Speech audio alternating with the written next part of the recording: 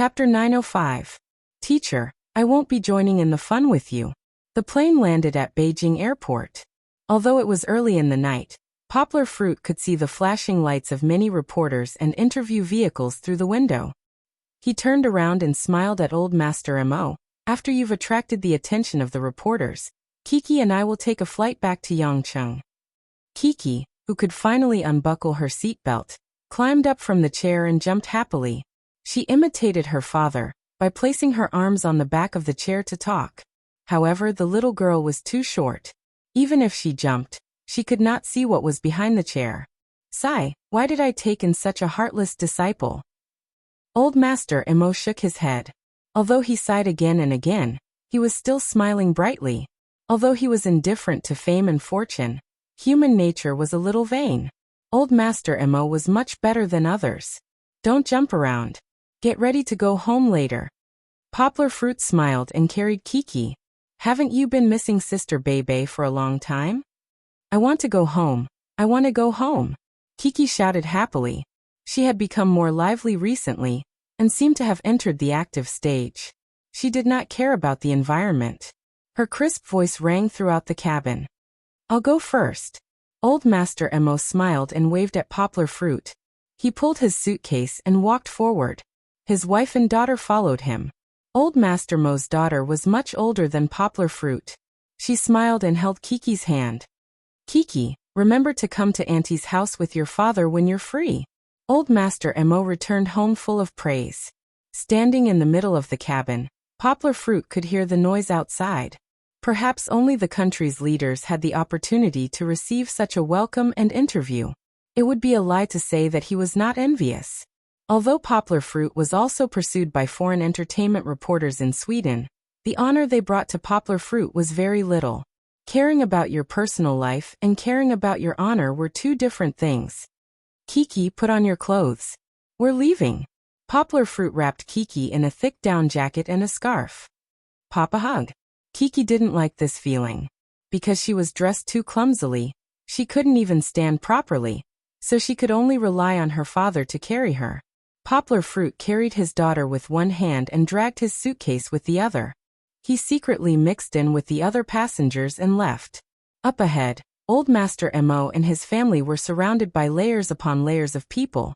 They were like dumplings, unable to move an inch. There were also a few scattered reporters who were interviewing some tourists passing by on the same plane. Poplar Fruit carried Kiki, lowered his head, and hurriedly left with his suitcase. He could still avoid the reporters, but if he was entangled with them, he probably wouldn't be able to return to Yangcheng in the middle of the night. Suddenly, Poplar Fruit heard a voice calling out to him. Poplar Fruit? Poplar Fruit, wait, can you answer two of our questions? Poplar Fruit didn't stop walking. He pretended not to hear and turned into the connecting passage. At the same time, Kiki, who had been hiding in her father's arms like an ostrich to avoid the cold wind, came out. Her big eyes looked around and she happily said to her father, Papa, someone is called Poplar Fruit. Fortunately, Yang Guo had already hidden in the transfer tunnel, shaking off the reporters who were about to catch up. He turned his head and smiled at Chi-Chi. Don't worry about them. But they're called Poplar Fruit. Kiki suspiciously pressed on her father's shoulder and looked back. If you want to talk to them, you might not be able to go home tonight. Poplar Fruit said to Kiki with a smile. Kiki, do you want to stay in Beijing? No. Kiki immediately felt the same hatred as her father. She hugged her father's neck and used the scarf to rub against her father as she shouted. Kiki wants to go home. It won't be cold when I'm home. Poplar Fruit secretly laughed in his heart. How can it not be cold when I'm home? He heard from Feng Bebe that Yangcheng was also cold because it rained twice during winter. Poplar Fruit sat on the plane back to Yangcheng. The news of him escaping from the reporters was exposed on Weibo. Although this news wasn't eye-catching, and the headlines in the country were all about Old Master Mo's return, there were still many netizens who paid attention to Poplar Fruit who cried out that it was a pity. Poplar Fruit's fame overseas was too great. Furthermore, there were netizens overseas who posted videos of Poplar Fruit calmly translating Old Master Mo's speech without a script. When this video was reposted, it was worshipped by a group of fans. Although there were some who doubted that Poplar Fruit had already translated the speech, this doubt was quickly dispelled by another video. This was a video of Old Master Mo being interviewed by a reporter. Poplar Fruit was also translating. Whether it was English, Swedish, Spanish, French, German, Asian languages, Korean, etc., he could easily translate them all. A student from Beijing University who studied languages sighed. This person should only exist in the heavens. It's rare to see someone like him in this world. Poplar Fruit's Weibo followers increased by a lot. This time, a large proportion of them were high-quality and educated fans. This was a rare phenomenon in the era of entertainment to death. This didn't seem to affect Poplar Fruit, because Poplar Fruit was sitting quietly on the plane, watching an in-flight movie with Kiki. He was preparing to return to Yangcheng after watching a pleasant goat movie. However, this seemed to have a strange effect on Poplar Fruit. Poplar Fruit thought that he had only informed Fang Beibei, and Fang Beibei insisted on picking her up at the airport. Poplar Fruit was afraid that it wouldn't be safe, so he asked Song Jiwen and Chen Anlin to drive her over. However, this was only Poplar Fruit's assumption. In a newly rented hotel apartment in Yangcheng, Zheng Yujie had just finished showering. She was lying on the bed, scrolling through Weibo on her tablet. As she scrolled through, she saw the news about Poplar Fruit. When she saw the photo of Poplar Fruit hugging Kiki and sneaking away, Zheng Yujie smacked the bed and laughed without caring about her image. He's already so old. He's still so naughty. Zheng Yujie shook her head. Under her shirt, her long, bare legs gently hooked over and kicked her perky butt. This direction must be a turning point, right? Is he coming back to Yangcheng overnight? Zheng Yujie looked carefully at the photo. When she called Poplar Fruit's phone, it was already turned off. It must be. Zheng Yujie checked the nearest flights from Beijing to Yangcheng. She muttered to herself. Coming back in the middle of the night? Can you get a taxi? It's not safe to bring a child. Forget it. I have nothing to do at night anyway. Zheng Yujie sat up and stretched lazily. Her shirt pulled up, revealing her cute little belly button. I'll pick you up. I can also try out the new car. This was going to be fun. Chapter 906. We're here. Kiki fell asleep on the way back to Yangcheng. Poplar Fruit couldn't help but take a nap with his daughter in his arms. When the stewardess woke him up to fasten his seatbelt, he looked out the window at the brightly lit city. Yangcheng was already beneath him. After getting off the plane, Poplar Fruit put on his hat and sunglasses and walked close to the wall. He looked around vigilantly, worried that there would be reporters. Luckily there weren't any. However, when he arrived at the arrival gate, Poplar Fruit's scalp went numb. It wasn't because he saw reporters, but because he saw something even more terrifying. Two women walked towards him at the same time. The one on the right was Fang Beibei. Because of the incident on the internet, she looked a little haggard. However, wearing the same down jacket as the one on Yangguo's body, her thin body was hidden in the thick clothes, making Yangguo feel pity for her and want to immediately integrate her into her arms. The one on the left was Zheng Yujie, whom Poplar Fruit didn't expect. What the hell? Why did this sister come out of nowhere? I didn't tell her when I was coming back, right? And she was dressed so beautifully. Dark purple trench coat, red skirt, black stockings and high heels. She didn't look like a celebrity with her sunglasses. She looked more like a powerful queen. With her figure and appearance, she would be the center of attention wherever she went. She walked towards Poplar Fruit with a cold aura. Poplar Fruit was scared witless and almost ran away. Bro, you're on your own now. Song Jiwen stood at the back and didn't walk towards Poplar Fruit like Fang Beibei. He looked at Zheng Yujie, who was a few steps behind Fang Beibei, and swallowed hard. He recognized Zheng Yujie at a glance.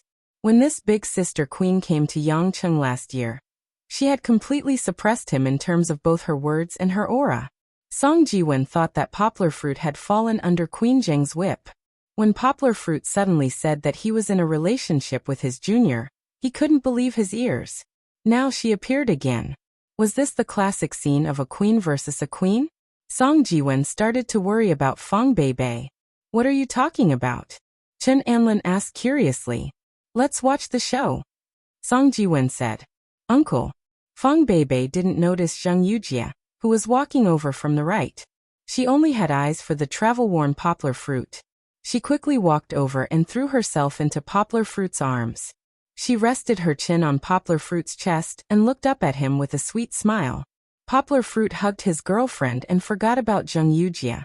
He intimately pushed the suitcase and wrapped his left arm around Fang Beibei. Then he bent down and lowered his head, resting his forehead on her. Fang Beibei's eyes were as clear as water, while poplar fruit's eyes were, "Aya. You didn't wipe your eyes when you were sleeping." Fang Beibei giggled. She reached out her right hand and gently pushed poplar fruit's head up. She wiped the corner of his eye and brushed away the hard little thing. Ahem. Poplar fruit looked at her in annoyance.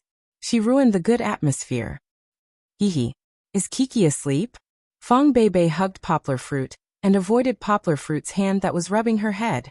She even tiptoed and looked at Kiki, who was sleeping on poplar fruit's shoulder. Ahem. Zheng Yujie, who was ignored, had mixed feelings.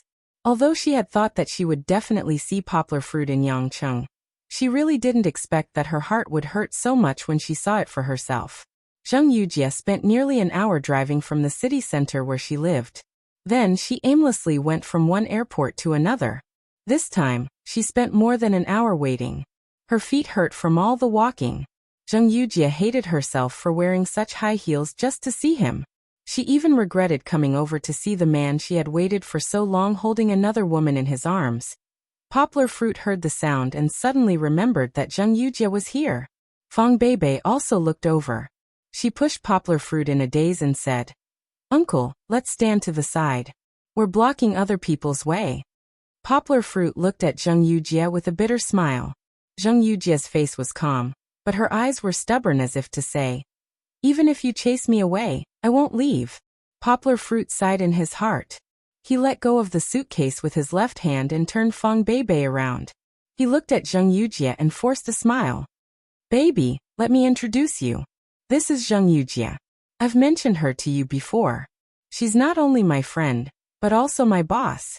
She's the big boss of New Translation Road Publishing House. She just came from Beijing a few days ago." Fang Beibei opened her mouth slightly and looked at Zheng Yujie. Poplar fruit said to Zheng Yujie, "Yujie, this is my girlfriend Fang Beibei. She's also my junior. By the way, why are you here? Are you going on a business trip somewhere?" This question was simply a blatant lie. Anyone could tell that Zheng Yujie's clothes were meant to be used to pick someone up. But he really didn't know why Zheng Yujie was here. Fang Beibei's expression was a little nervous. Zheng Yujie's fashionable dress and curvy figure gave her too much pressure. So big. Fang Beibei looked at Zheng Yujie's bulging chest with some envy and some vigilance. Thinking of her own bean-sprout-like figure, she couldn't help but feel a little ashamed. Fang Beibei was looking at Zheng Yujie, and Zheng Yujie was also looking at Fang Beibei. She frowned slightly and sighed in her heart. So young. So pure. Poplar fruit, you damn lolicon. Why didn't you meet me 10 years ago? Back then, I was also a little beauty with a child's face. The scene became strangely quiet. Poplar fruit scratched his head, not knowing how to deal with this situation. "So you're Fang Beibei." Zheng Yujie smiled. She saw poplar fruit's embarrassment and sighed in her heart. She stood up and said, "You know me?" Fang Beibei asked nervously. Her nervousness was not only shown in her expression, but also in her actions. Subconsciously, she hugged poplar fruit tightly. "I know. How could I not know?" Zheng Yujie smiled and said, "Everyone in the country knows that you're poplar fruit's girlfriend. I'm sorry I didn't inform poplar fruit beforehand. When I saw the news that he was back, I drove over to pick him up. I didn't expect you to come too. If I knew, I would have gone to pick you up first." Zheng Yujie said with a smile. "We two women can talk together. I have brother Mosquito and sister-in-law to send me over." Fang Beibei pouted and said in a low voice. Poplar fruit, who was familiar with his girlfriend's habits, knew that the baby was unhappy. Chapter 907. In the end, Fang Beibei was still too young. Facing Zheng Yujie, who seemed to be completely superior to her in both figure and temperament, she was suddenly at a disadvantage. Not only did she feel like crying, but she also almost lost her balance. If it weren't for poplar fruit holding her tightly, Fong Beibei would have lost her support and fallen to the ground. Poplar Fruit frowned and said, "Okay, don't stand here. Mosquito and the others are still waiting for us across the street."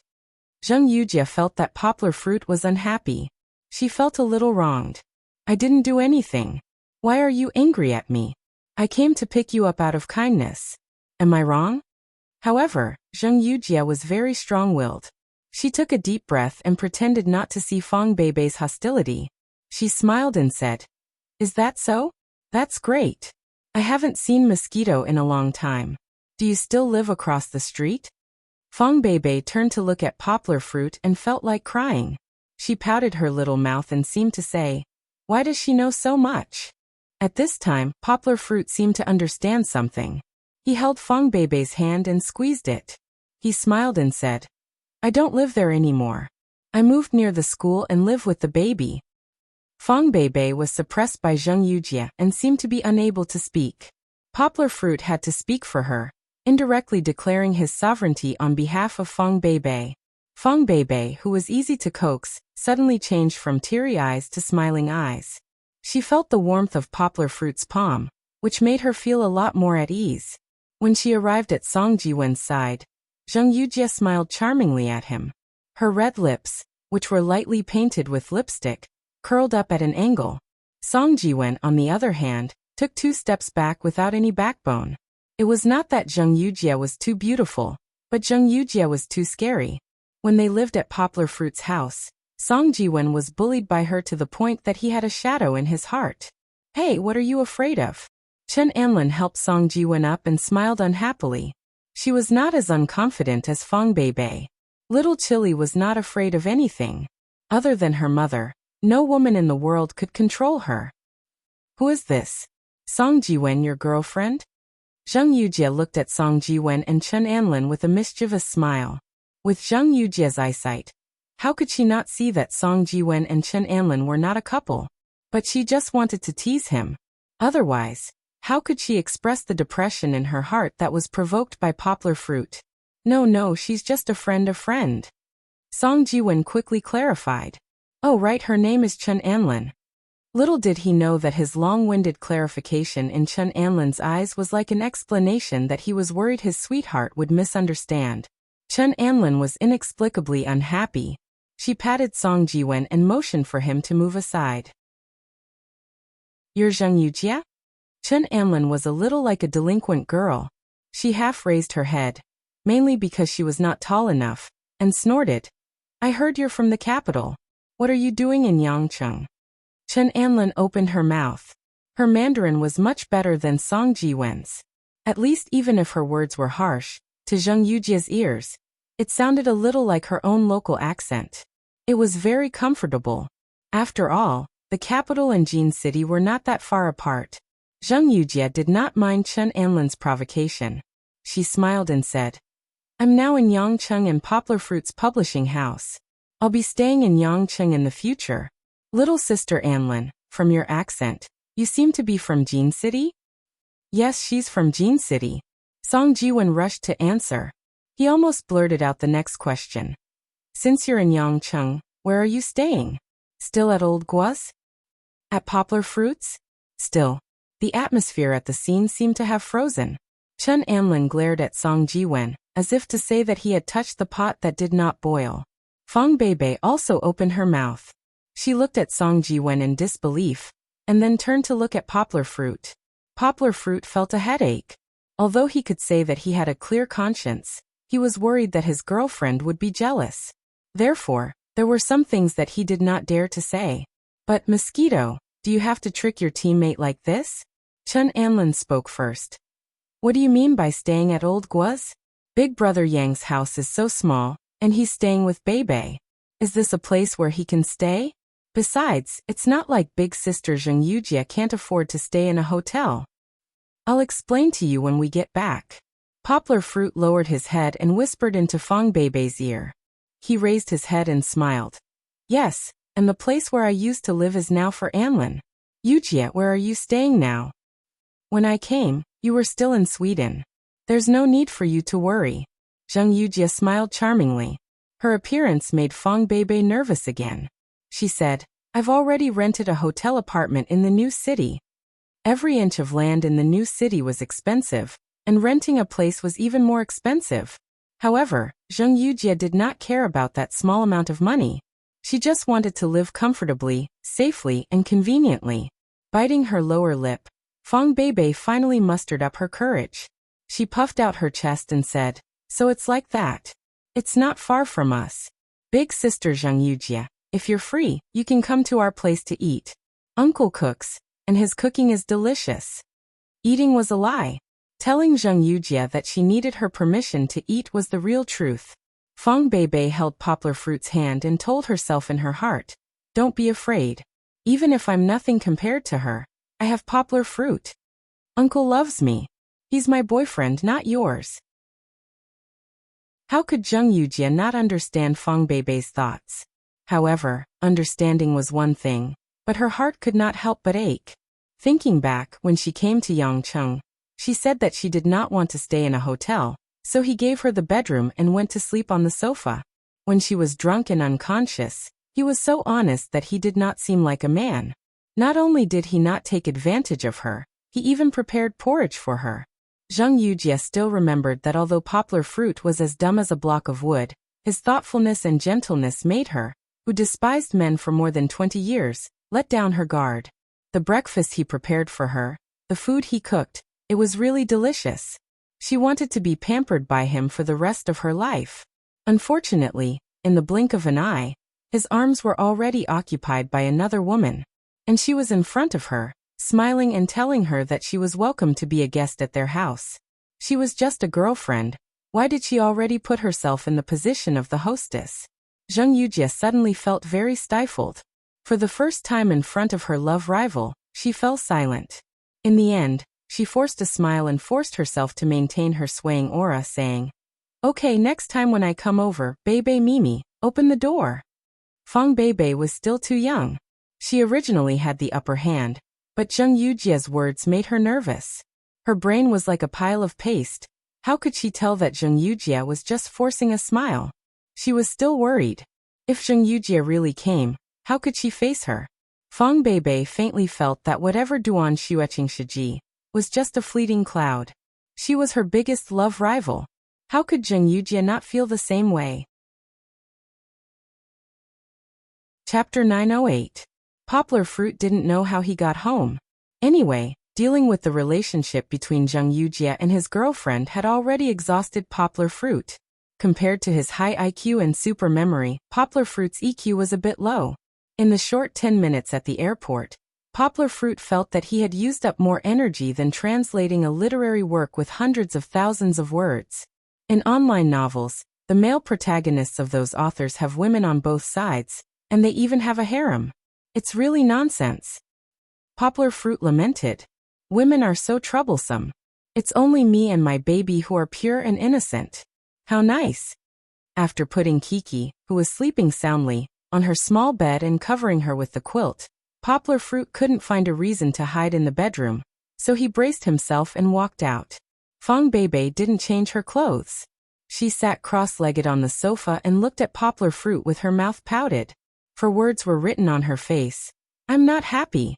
Poplar Fruit walked over and poured a glass of water for her. He held her little hand and asked with a smile, "Baby, are you thirsty?" "I'm not thirsty," Fang Beibei said with her mouth pouted. "Then are you hungry? I'll cook noodles for you," Poplar Fruit said fawningly. "Don't ask me if I'm hungry. Do you still love me or not?" Fang Beibei went crazy. She threw herself on Poplar Fruit and slapped him. "We're talking like we're rehearsing our lines." Poplar Fruit laughed and hugged his girlfriend's waist. However, he didn't tie her hands and let her vent her dissatisfaction. Okay, of course I love you." Poplar Fruit did not wait for Fang Beibei to become impatient again. He smiled and said, "When did I not love you?" "Then what's the matter with Zheng Yujie tonight?" Fang Beibei asked with a pout. "Didn't I mention it to you before?" Poplar Fruit said, "First of all, you have seen her photo, and I told you that she is my friend and the boss of my publishing house. Have you forgotten? But you didn't say she was so beautiful, and you didn't say she liked you." Fang Beibei said unhappily. "How can I say that someone likes me? Poplar Fruit pinched Fong Beibei's face, but she shook her head to avoid it. He had no choice but to say, "If I said that, wouldn't I be showing off? There are a lot of fans online who want to marry me." "You're showing off."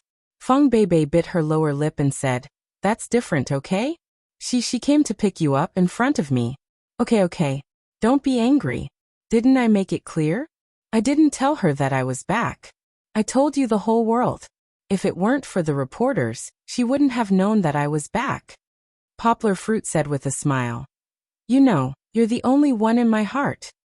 My mother said that you men always say one thing and mean another." Fong Beibei said with a pout.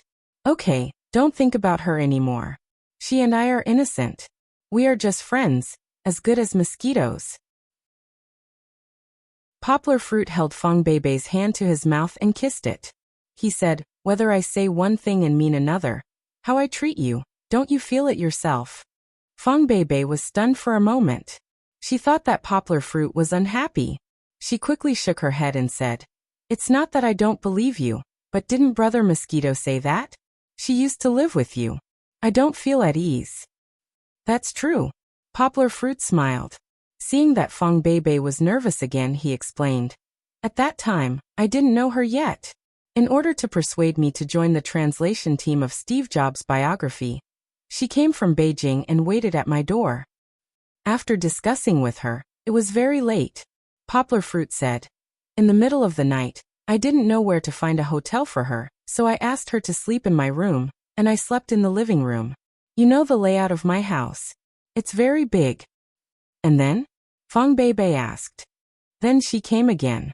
She went to find Mr. Mo Yen to discuss the publishing rights of his book. I went with her. At that time I met Mr. Mo," Poplar Fruit said with a smile. "This time she came. Because she didn't stay for long, she also stayed at my place."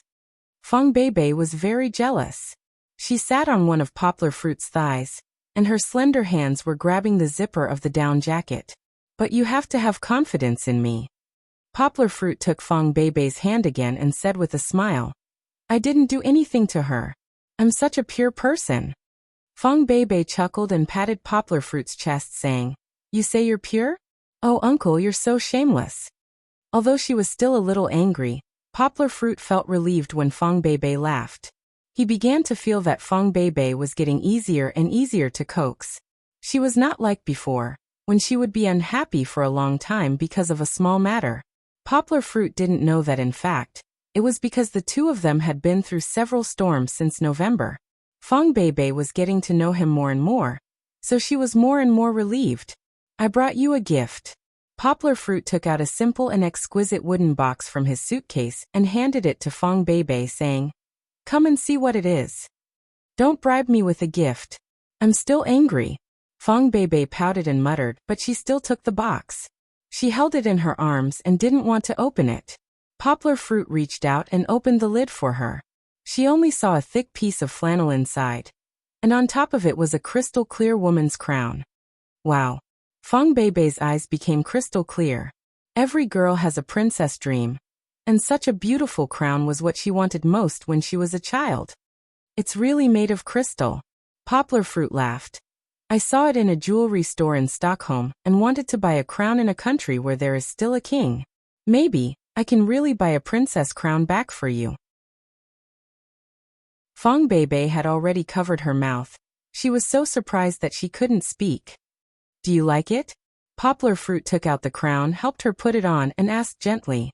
"I like it." When Fong Beibei raised her head, the shyness in her eyes couldn't be concealed. She nodded slightly, blushed, and said, "Uncle, do you think it looks good?"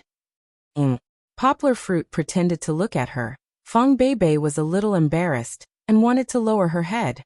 "You're quite beautiful, but you're wearing clothes like a country bumpkin. Baby, are you Princess Cinderella?" Fong Beibei first took off the crystal crown on her head and carefully put it in the box. Then, with a cry, she jumped up and threw herself at Poplar Fruit. "You're Cinderella, you're the country bumpkin." Chapter 909. Poplar Fruit came out of the shower and walked into the living room while wiping his hair. He saw Fong Beibei sitting on the sofa, dozing off while hugging the blanket. No wonder Fong Beibei was so sleepy. It was already past 12 o'clock at night. Normally, Fong Beibei would be asleep at this time. But today, because Poplar Fruit came back late, the two talked for a while. And it was already 12 o'clock by the time they finished showering. Baby, why don't you go back to sleep if you're sleepy? Poplar Fruit took the wooden box from her hand and put the crystal crown worth more than 100,000 renminbi on the coffee table. I just dried my hair and was waiting for you, Fong Beibei said tiredly. She stretched out her hands and asked for a hug. Poplar Fruit pulled the blanket away, reached out to her ankles, and easily carried her up. Fong Beibei's arms were around Poplar Fruit's neck, and she snuggled in Poplar Fruit's arms. Poplar Fruit knew that it was very cold in winter. Although the house was air-conditioned, after lifting the blanket, Fong Beibei's body would be exposed to the outside air. He hugged Fong Beibei's body tighter. Back on the bed, Fong Beibei hugged him and lay down on him like a kitten.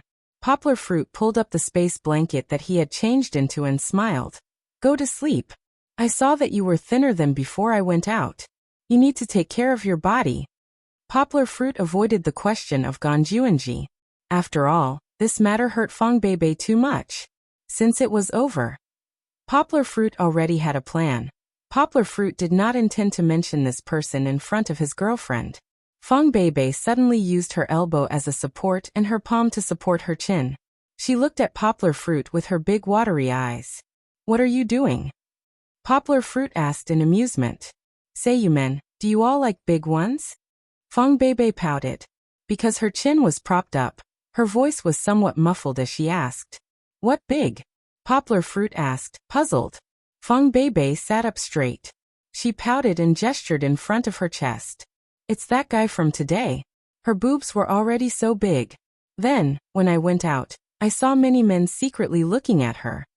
Poplar Fruit understood. He laughed and said, Are you exaggerating? She shouldn't be as old as you said, right? Fong Beibei just gestured the size of half a basketball, which was really exaggerated. Zheng Yujie was indeed a lot bigger than Fong Beibei, but it was not to the extent of being cumbersome. You haven't touched it. How do you know it's not that big? Fong Beibei unhappily said.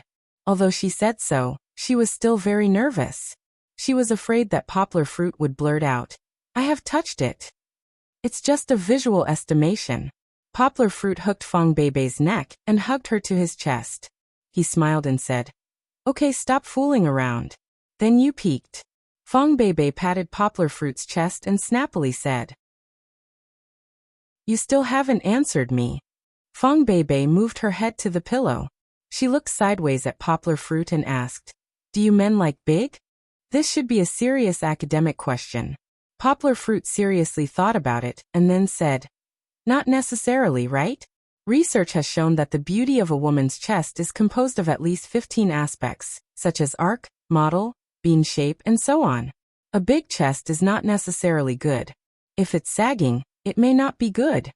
If it was Song Jiwen who answered this question, he would definitely disdainfully say, A big chest is not necessarily good, but if it's not big, it's definitely not good. Only Poplar Fruit, at this time, would think of the sentences in the literature he read before to explain to his girlfriend. Aya, you're so annoying. Fong Beibei really liked Poplar Fruit's trick. She slapped Poplar Fruit's chest, then covered her mouth and giggled. Then tell me, is mine good? Fong Beibei blushed and said with a voice like a mosquito, Good. Babies are beautiful everywhere. The most beautiful thing in the world is a baby. Yang Guo's answer to this question was very quick, almost without any hesitation. He, is that so? Fong Beibei said with a smile. But I think I'm small. Not small. Poplar Fruit pretended to be surprised, raised his head and said, This size is the best. AI. Fong Beibei bit her lower lip and said shyly, How do you know the size? Have you seen it? No, I guessed it. Poplar Fruit said with a smile, Baby, don't think too much about this. If you're healthy, everything will be fine. I don't care.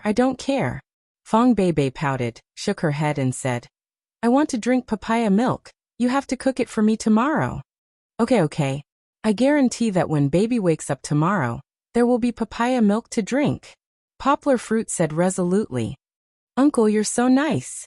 Fong Beibei smiled and hugged Poplar Fruit's arm and whispered coquettishly. Ahem. Poplar Fruit coughed and said, Baby, actually, if you want to get bigger, there's a better way than drinking papaya milk. What way? Fong Beibei asked in surprise.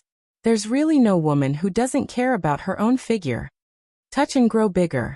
Poplar Fruit held back for a moment, made up his mind and said, Swear to God.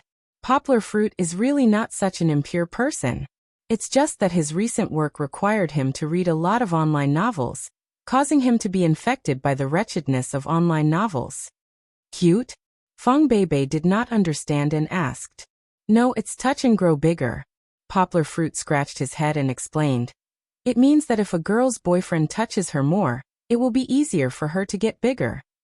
It's obviously you who wants to touch, isn't it? Fong Beibei's cheeks flushed. She pinched Poplar Fruit's arm muscles and said coquettishly. Poplar Fruit quickly explained. There's a scientific basis for this. Touching, it's easier to promote blood circulation and promote the growth of that thing inside.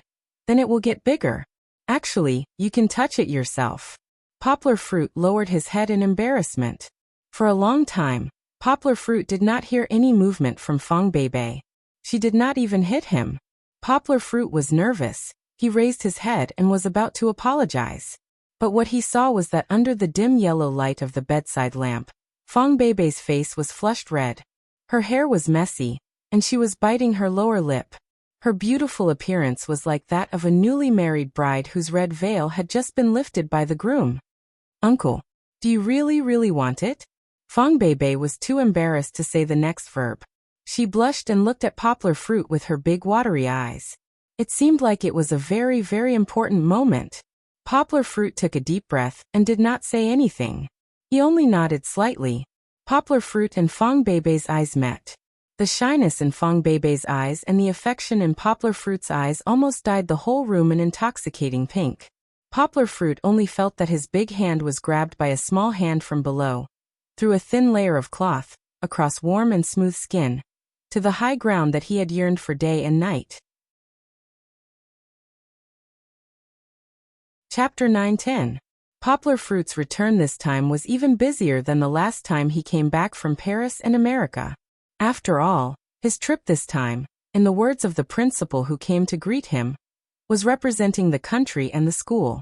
In the past 2 days, he had been attacked by a few leaders in the teacher's office.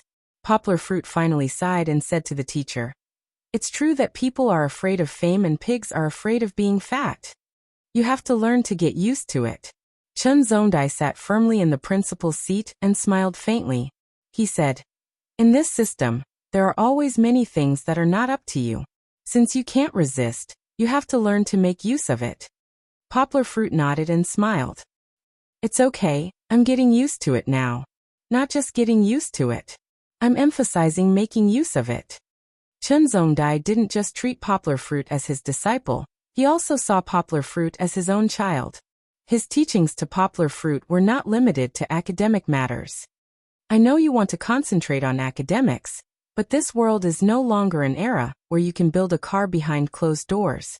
If you put in a little effort to deal with interpersonal relationships, it will help you achieve twice the results with half the effort. Chun Zongdai said with a slightly serious tone.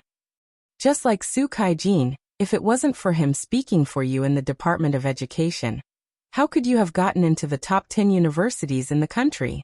Chun Zongdai smiled and said, Don't look at how famous you are outside. If they don't want to recommend you, they will naturally have 100 reasons to say that you can't do it. The results of the award are out? I didn't even pay attention to it. Poplar Fruit scratched his head and asked embarrassedly. Not yet, but it should be close. With the people from the Department of Education recommending you, this won't be a problem. Moreover, you have enough qualifications. Looking at your reputation after coming back from abroad, it would be unreasonable if this award wasn't given to you. Chun Zongdai smiled and said. Seeing that Poplar Fruit didn't seem to care, Chun Zongdai knocked him and said, Don't look down on this award and think that it's just an undeserved reputation. If you get a few more awards, it'll be easier for you to do anything in the future. Even if the school doesn't give me face, they will still give you a lot of help for the honor of this award. Chen Zongdai said with a smile. Really? Poplar Fruit asked happily. The school's support really made a big difference.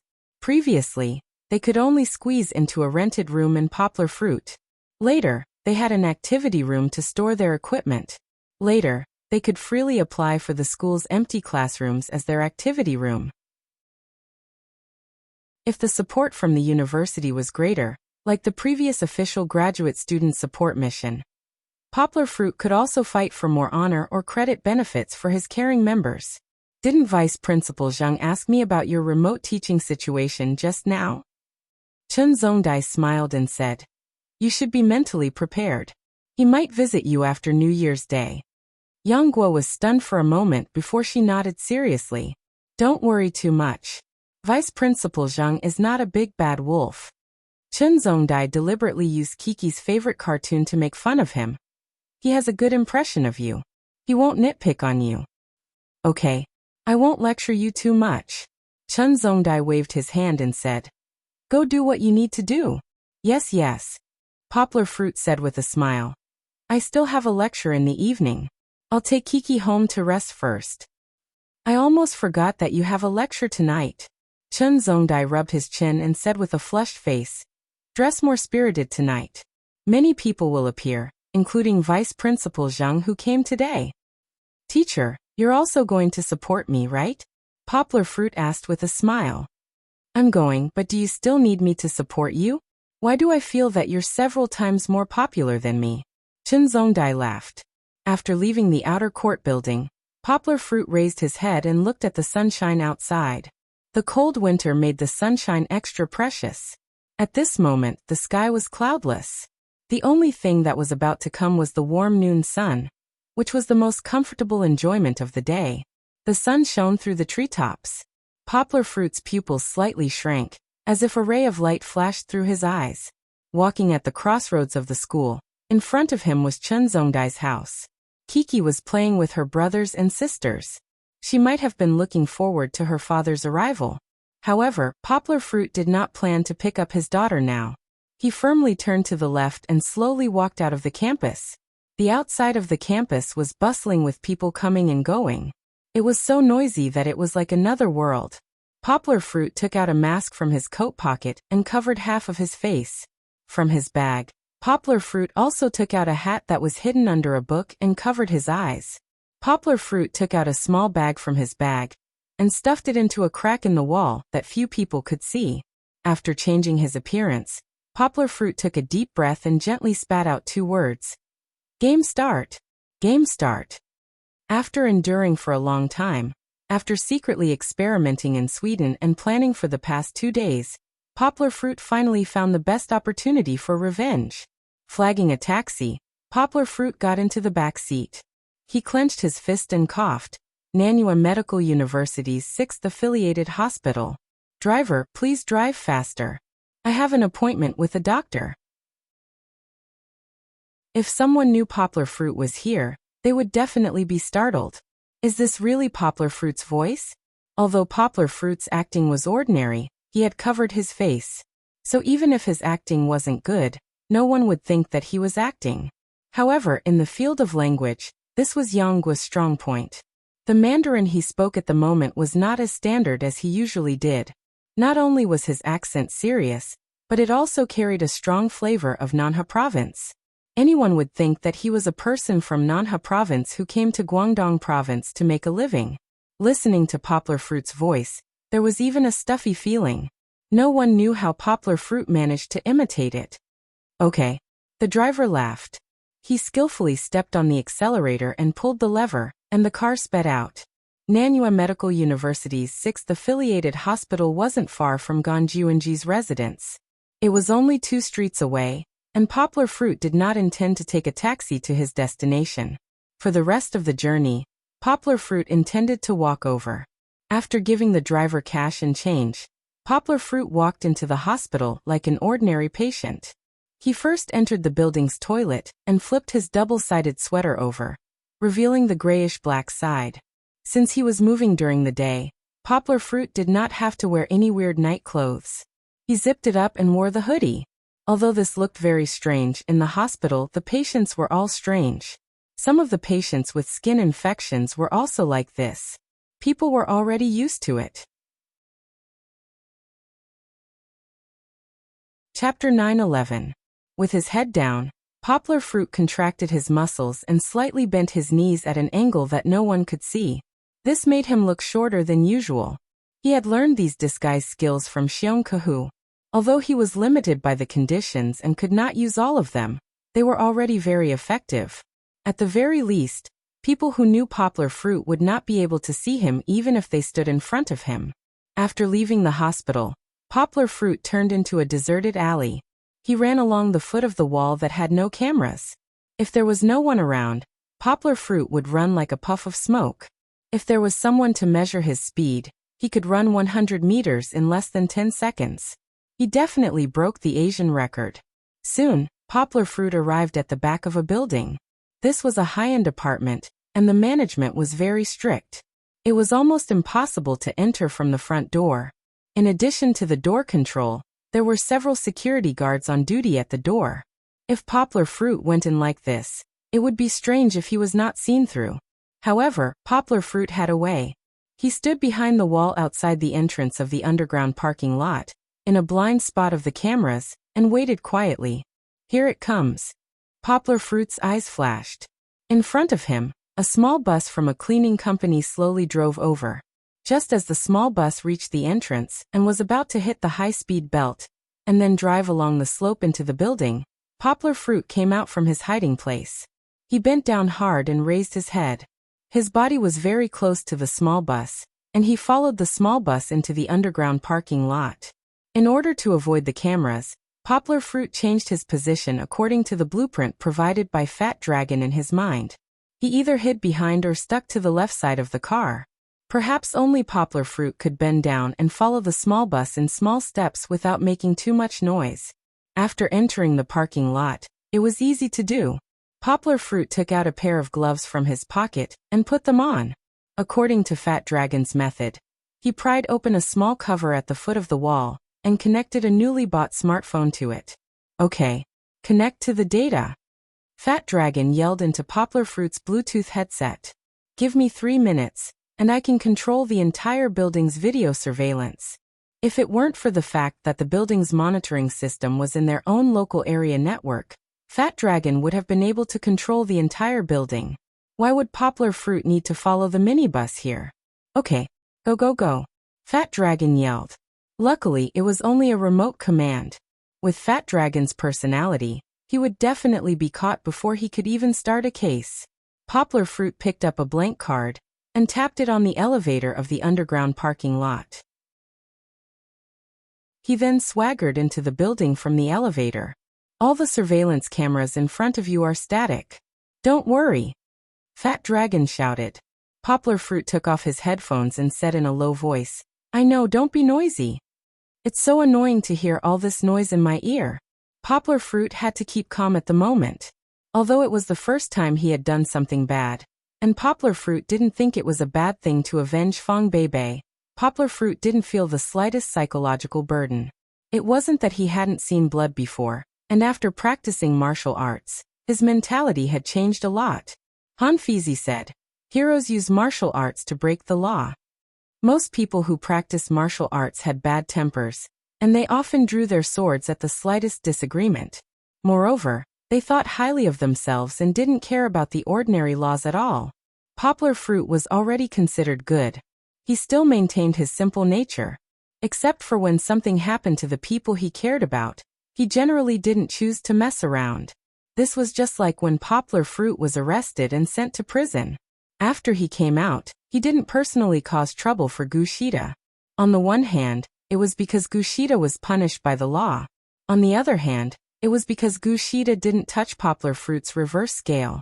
After going up to the 17th floor, Poplar Fruit swaggered out and came to room 1706. The video surveillance shows that he hasn't come out today. Fat Dragon said. It should be as we thought. His habit is to sleep until the afternoon. Poplar Fruit nodded and looked around. Can you open the door and go in? Fat Dragon asked. No, it's a password lock. I don't have the tools, Poplar Fruit whispered as he pulled on the window in the corridor. My head hurts. Fat Dragon said gloomily. Why don't you knock on the door? No one will see it anyway. Just deal with it and leave. No. Poplar Fruit's words were accompanied by the whistling of the wind. What's that sound? Fat Dragon asked in confusion. He suddenly remembered something. They had done this before. Fruit, did you climb outside the building? Fat Dragon was scared out of his wits. He shouted. Fruit, are you crazy? This is the 17th floor, not the 5th or 6th floor. Don't be noisy, Poplar Fruit said, holding his breath. It was windy outside in the winter. The wind outside the dozen floors was like a knife. Fortunately, he was still wearing a mask. Be careful, be careful. Fat Dragon covered his mouth, but he still whispered in a trembling voice. Poplar Fruit ignored him. He couldn't hear him clearly. Only Poplar Fruit was brave. He pinched the outer edge of the window and slowly moved to the side. Fortunately, the more he walked, the wider the space he could put his feet on. In the end, Poplar Fruit held the outer edge of the building frame with one hand, and then reached out with the other hand and grabbed the railing of the balcony. The balcony here didn't have an anti-theft net.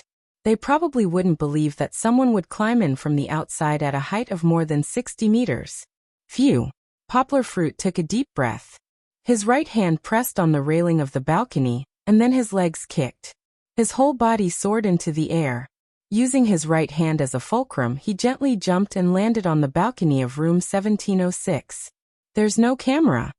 Fat Dragon said to Poplar Fruit through the camera of Poplar Fruit's phone to find out the situation inside the room. Poplar Fruit calmly took off the shoes on his feet. He only wore socks, pushed open the screen door of the balcony, and walked into the room. The smell of cigarettes and alcohol in the room had faded a lot, but there was still a smell. Clothes and bottles of alcohol could be seen everywhere on the floor and sofa. It was obvious that the owner's nightlife was decadent. There isn't a second person. Poplar Fruit turned around the living room and stood at the open bedroom door. His eyes were fixed on the naked man lying on the bed. This was the first time he saw Ganjuanji. In order to confirm the target, Poplar Fruit took out his phone and looked at his photo, which was provided by Fat Dragon. Ganjuanji's appearance was not bad. He had the kind of appearance that girls liked. He was even more charming than Song Ji-wen. He was thin and tall. From his back and buttocks, he looked like a guy who didn't have the strength to truss a chicken. Moreover, he was too indulgent, and there was a sense of deficit. Originally, I had already let you go. Poplar Fruit stood at the head of the bed and looked at Ganjuanji, who was sleeping soundly without any sense of crisis. He sighed in his heart. Who told you to hurt the person I love the most again and again? In your next life, be a good person. Like a huge shadow, Poplar Fruit reached out to him. Looking for monthly votes, looking for recommendations greater than or equal to /. Chapter 9:12. Retracting his hand, Poplar Fruit calmly put on his gloves. The emotions in his eyes didn't seem to have fluctuated. At this moment, he seemed to be more like the cold-blooded killer that he encountered with Alan in the United States. During the mission, he had already sealed off his emotions. How is it? Is it done? On the other end of the headset, Fat Dragon was holding the microphone in fear. He lowered his voice and called out. Just like the stupid thief in the movies, his voice was so funny. Yongwa coldly glanced at him again, then turned around and left. When he turned around, the naked man lying on the bed behind him groaned and scratched his back. He changed his position and continued to sleep. Because of the heater, the quilt was kicked to the ground by him. Fruit? Heavenly King covering Earth Tiger? A begonia suppressing pear blossom? It seemed that if Poplar Fruit didn't say anything, Fat Dragon wouldn't let it go. He continued to whisper with a trembling voice. Suppressing your head. Poplar Fruit walked to the balcony and couldn't help but yell at him in a low voice. Don't be noisy. Okay, you're busy. Fat Dragon shrunk his head and closed his mouth. Poplar Fruit returned the way he came. He climbed through the window and returned to the corridor. He then took the elevator to the parking lot on the second floor.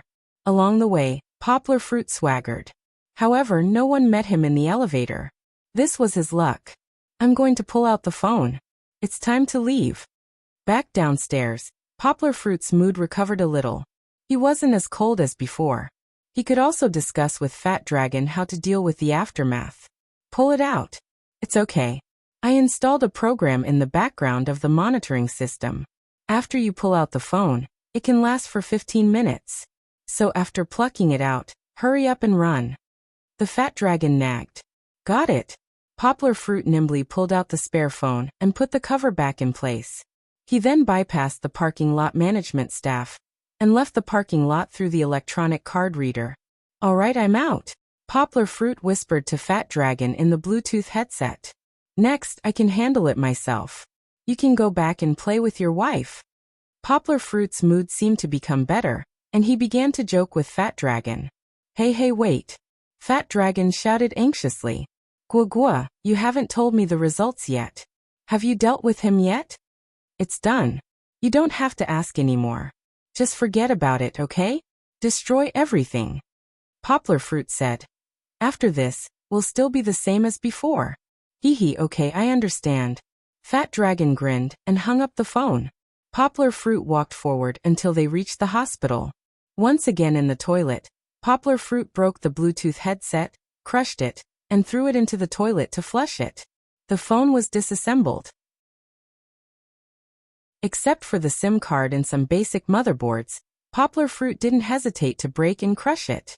He took it back and packed it in a plastic bag and stuffed it into the trash can. He changed back to his original clothes and left the hospital. Poplar Fruit was still the same as when he came. He called a taxi and let the car drive him to the residential area near Higashiyama University. When the taxi was far away, Poplar Fruit flashed into an alley. He stuffed his mask, hat, and the inside and outside sweater he wore today into a plastic bag and threw it into the trash can. As for the SIM card and motherboards, Poplar Fruit crushed them into pieces and scattered them all along the way. Clapping his hands, Poplar Fruit returned to Higashiyama University. Gently tiptoeing, Poplar Fruit took back his backpack and changed into his usual jacket.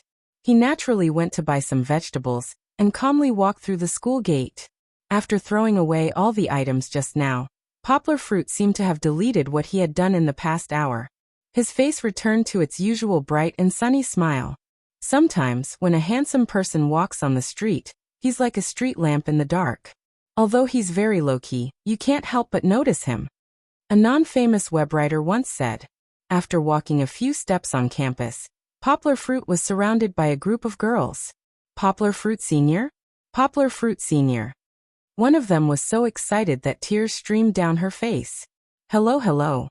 Poplar Fruit, who had never put himself in the position of an idol, hurriedly bowed and greeted them. Why aren't you in class? Oh no, it's noon now. Hee, sorry, I should be asking why aren't you in class?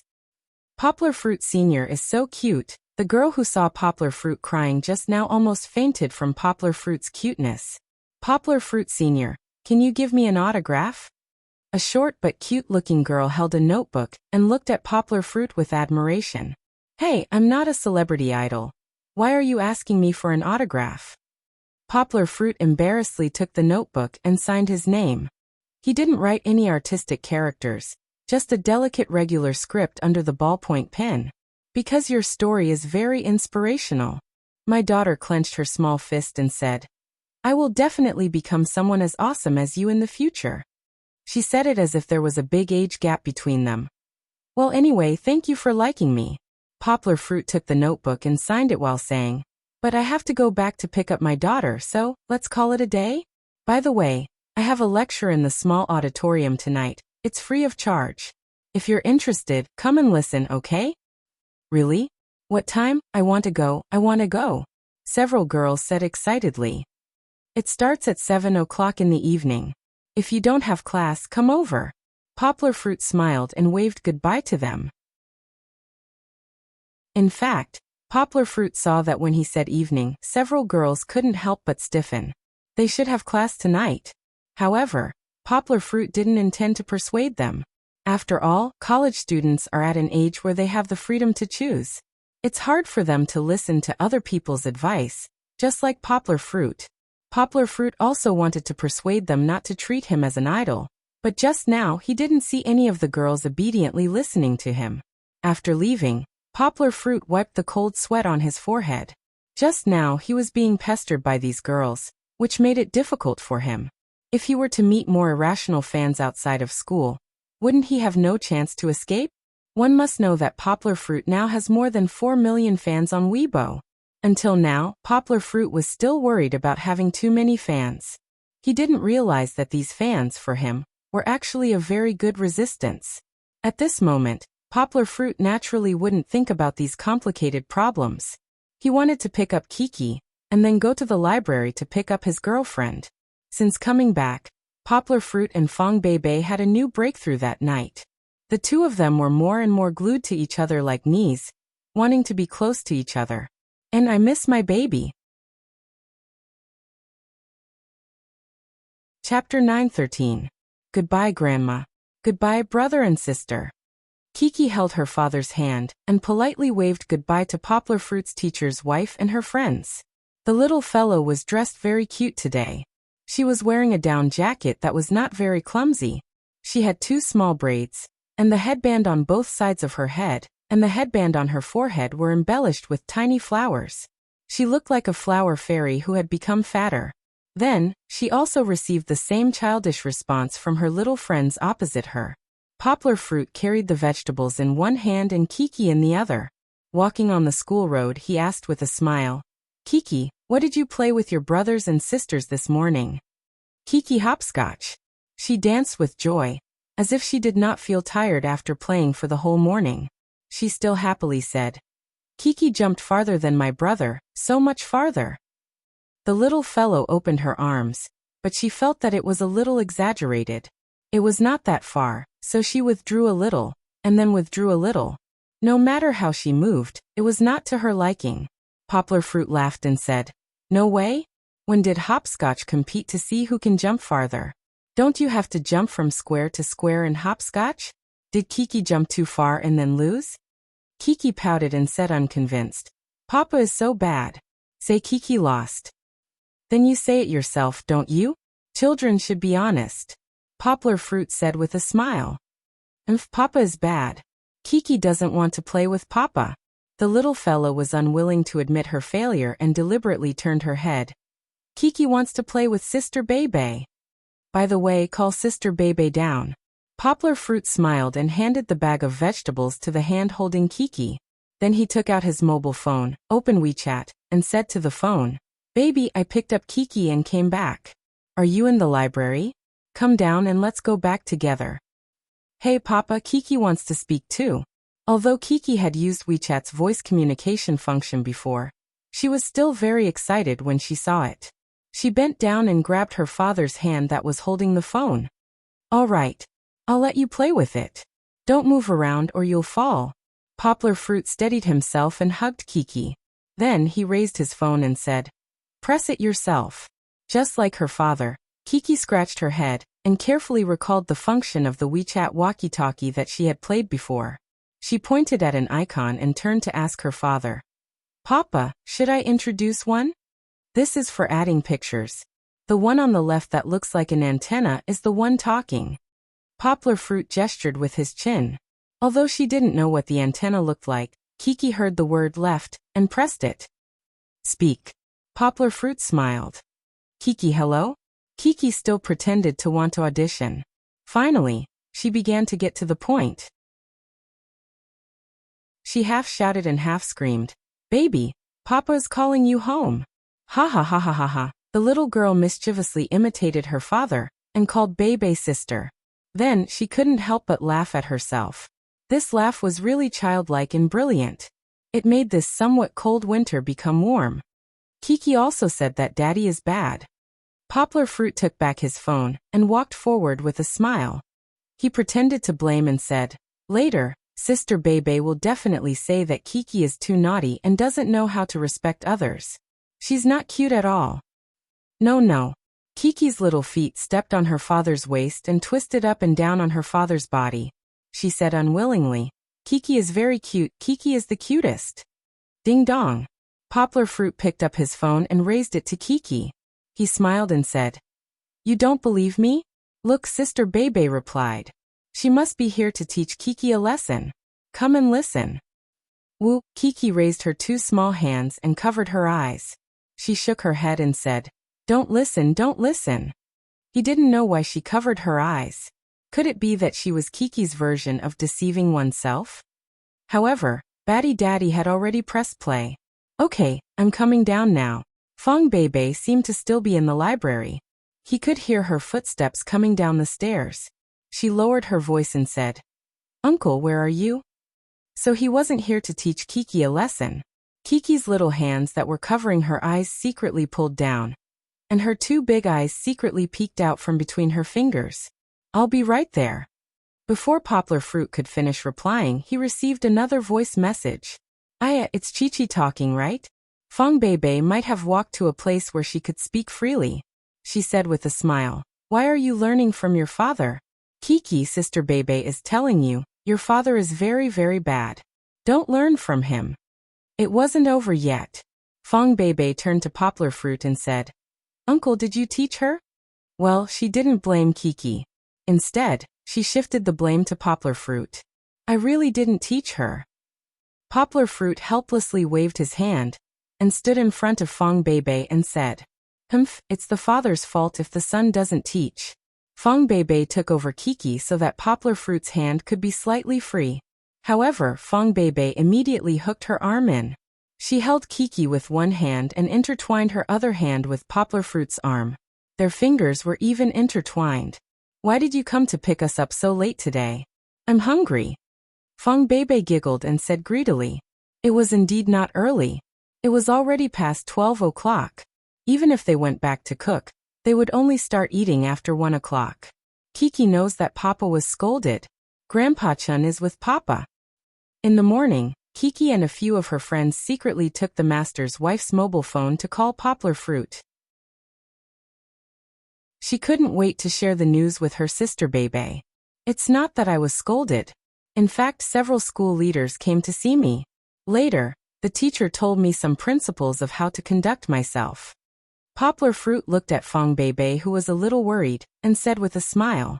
He touched Kiki's little head and said with a smile, "Kiki might have misunderstood." Kiki didn't. Kiki pouted her little mouth, turned her head and said, "Grandma told Kiki." Fong Beibei covered her mouth and giggled. Back home, Fong Beibei put Kiki down and let her play with Goldie, who was very happy to see the little master come back. She went into the kitchen, washed her hands and prepared to help Poplar Fruit prepare lunch. "What are you thinking about?" Fong Beibei turned around and saw Poplar Fruit, who was wearing his apron halfway, and then looking at her in a daze. Poplar Fruit's somewhat absent-minded eyes suddenly focused. He looked at his girlfriend affectionately. Although she didn't wear makeup and didn't pay much attention to her appearance, this gentle and cute girl with messy bangs on her forehead was the girl he wanted to protect forever. "I missed you." Poplar Fruit boldly pulled Fong Beibei's wet little hand, turned around, and blocked the kitchen door with his body. "I haven't seen you for a few hours. I missed you so much. Do you want to do something bad again?" Fong Beibei's cheeks were dyed red by Poplar Fruit's affectionate eyes. She shyly reached out and pinched the soft flesh on Poplar Fruit's waist, and said reproachfully, "It's broad daylight. And Kiki is still here." Fong Beibei said softly, "Then let's leave the bad things for tonight and kiss now?" Poplar Fruit pressed Fong Beibei's soft shoulders and whispered into her fine fluffy ears. "Kiss kiss." Fong Beibei's body went limp from Yanggua's whispers. She murmured, and the emotions in her eyes almost melted into water. They were watery like two pearls that belonged to the sea. Poplar Fruit took another step forward, held Fong Beibei's soft waist with one hand, and gently lifted Fong Beibei's chin with the other hand. He said tenderly, "Baby, I love you." Fong Beibei put both hands on her boyfriend's waist as if she was drunk. Her eyes were a little blurry, and she wanted to respond, "I also." Oh. The kitchen became quiet. Thank you to the readers at Chidian for your tips, and thank you for your monthly votes. Although I won't get any awards, Xiao Han is still very grateful. Because at least the ranking is higher, and more readers will read Xiao Han's book. Chapter 9:14. When I was in Sweden, I met a bus driver who spoke with a very bad accent. The small auditorium of Higashiyama University was shabby, But it was also the first choice for many famous people to give lectures.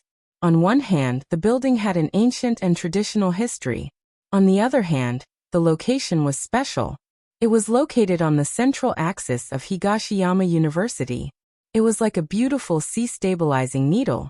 Behind it was the motto and emblem of Higashiyama University. When Poplar Fruit was an undergraduate student, he sat in the small auditorium countless times to listen to other people's speeches and watch other people's award ceremonies. He never thought that one day, he would be able to stand on this stage and give an impassioned speech. He was very calm, facing the students that filled the small auditorium, and facing the 2 rows of university leaders who came to support him. Poplar Fruit acted like he usually did in class. He spoke with confidence and assurance. Because it was a group of relatives and friends, Fong Beibei and Kiki also sat in the front row. She was embarrassed to sit with the principal and teachers, so she changed to sit in the student union area. Fong Beibei was also a member of the student union. Although she didn't have much interaction with the student union, after all, they were all young people, so it was not awkward to interact with each other. She looked down at Kiki and found that the little girl was staring at her father on the stage. At this time, the little girl was sleepy and yawning, but now she was still energetic. If there was a Best Audience Award, Kiki would definitely not let it go. She was more serious than the most serious student, and she didn't even blink her eyes. Kiki, can you understand what your father is saying? Fong Beibei turned Kiki around and teased her. Chi-Chi reluctantly turned her head back to look at her father, and then turned her head back. She puffed up her cheeks and said very righteously, Chi-Chi doesn't understand. Fong Beibei understood the stories that Poplar Fruit told, but she didn't understand some of the linguistic theories that Poplar Fruit sometimes inadvertently said. Although Poplar Fruit stopped very quickly, not only was everyone not confused by Poplar Fruit's words, but they also felt that Poplar Fruit was very mysterious. After all, many of the students present were not from the outer court. Even if they were from the outer court, they wouldn't be able to keep up with the professional knowledge that Yang Guo was talking about even if they weren't graduate students or doctoral students. Since today's lecture was for the general public, Poplar Fruit would be more popular and tell stories to everyone, and be a spiritual mentor. I don't understand, why are you still so serious? Fong Beibei let Kiki hold her fingers and asked with a smile. Because Papa is very powerful, Kiki said with a look of admiration. Kiki's Papa is the best. The little girl used these words over and over again, but if Poplar Fruit heard his daughter's praise, he would definitely be happy. Sure. Fong Beibei pressed Kiki's small lips and said with a smile, lower your voice, don't let your father hear it, otherwise, who knows how many days he will show off. Below the stage, Fong Beibei and Kiki were secretly playing with each other, but Poplar Fruit did not know. At this moment his mood was not calm. Although he had been smiling and talking about his prepared speech, and from time to time, had a brief interaction with the audience, but in fact, he was multitasking, and his other mind was not here for a long time. The official start is at 7:30, I said an hour, and it's almost 8:30, right? It should be at this time. In the spiritual world where no one could see, Poplar Fruit frowned and thought. Can it work? Poplar Fruit was not completely sure, because it was the first time he used it, and he did not have a real human test. Back to the time when night had just fallen. Gan Juanji came to the nightclub he frequented most, and the valet ran over and greeted him. Brother Ji, you haven't been here for a long time. Wow, you got a new car? Hee, I'm free today so I came out to have fun. Gan Juanji threw the key to him and smiled in a good mood. Give me some thoughts, don't scratch it. This car was given to him by his father as compensation for being grounded. Got it. The valet chuckled. Entering the nightclub was not completely lively, but the heater was on. Gan Juanji unbuttoned his jacket, walked to the bar, lit a cigarette, and chatted with the bartender there. Because his family was rich and powerful, and he was generous, everyone was very polite to him. Ahow, I haven't been here for a few days. Are there any good new goods? Gan Juanji asked while smoking. The bartender, ahow, made him a glass of ice blue and fiery red ice and fire, as if he was performing acrobatics. He inserted a small olive strung with a toothpick as decoration, and handed it over. Then he received 2 tips and replied with a smile.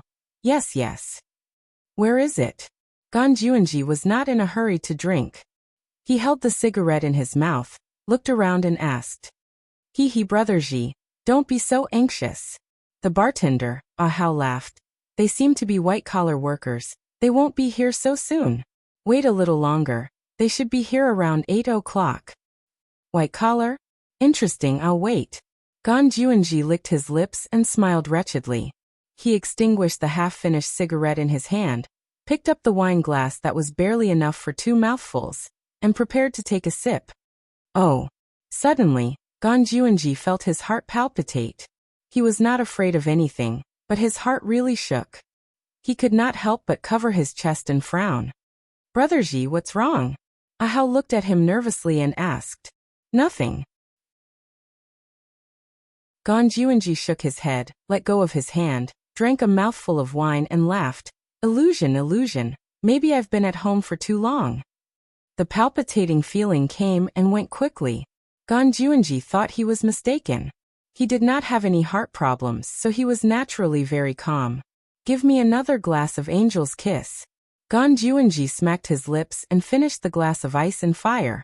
He felt that it was not so satisfying, so he waved his hand and greeted Ahao.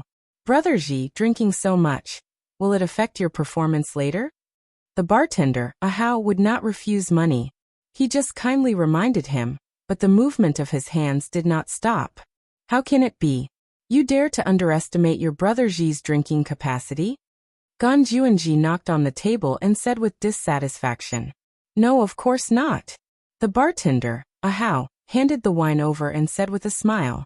After drinking this glass, Ganjuanji also felt a little tipsy. He did not try to be brave and ran to the dance floor to play. Dance, sweat a little, and the alcohol will evaporate later. Ganjuanji, who has been on the battlefield for a long time, is familiar with it. He did not know how long he played, but there were more and more people, and the atmosphere was getting hotter and hotter, but it was far from the most lively time. Ganjuanji was sweating, but he returned to the bar in high spirits. Refreshing, Ganjuanji shouted. He was grounded for a few days, and he was full of anger. Now he vented some of it. Brother Ji, the white-collar beauties are here. The bartender, Ahao, winked at him and smiled. Chapter 9:15. Come on, let's drink. I'll cover all the expenses of the beauties today.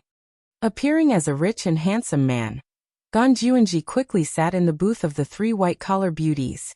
He even waved his hand and said very generously. Under the shining laser lights of the nightclub, Ganjuanji felt that the 3 beauties were not bad. After makeup, their lips were flaming red, and the main thing was that their bodies were hot enough.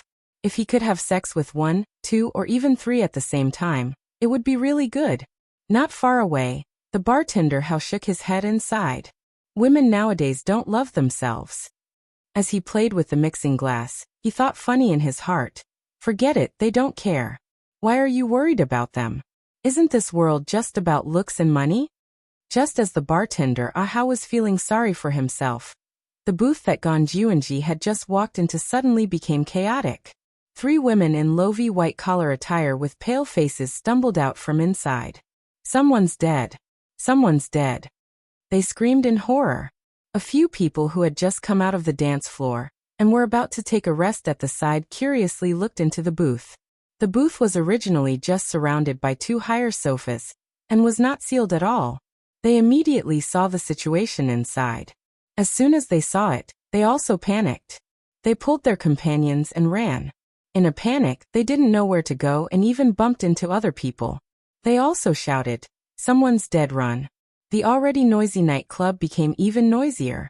When the bartender Hao saw the situation over there, he was surprised and called a few people who were guarding the venue to check the situation. What's the situation? Why are you running? A guy with a tattoo on his arm grabbed a white-collar woman who was running away in a panic and asked, "Someone's dead, he's not breathing."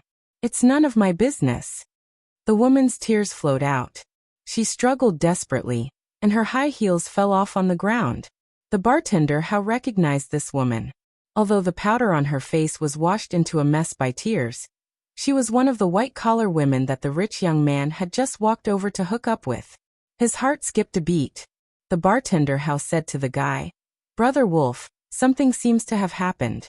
Catch this woman and see what's going on first." The bartender, how, and the rest of the guys rushed to the booth where the incident happened. When they went in to take a look, they saw a man lying on the sofa with a pale face. His hands were grabbing the clothes on his chest, and he was curled up into a ball. When Ahau and the others came over, that person was already motionless. "Brother Ji." The bartender Ahau took a deep breath and shouted in horror. That's right, the man lying on the sofa like a dead man was the high-spirited Ganjuanji. No, he wasn't dead. He's already dead. A bold worker came over and checked his breathing. He shook his head and said, "Let's inform Big Brother and see how we should deal with this," a worker said. "I don't think so. His family is very rich.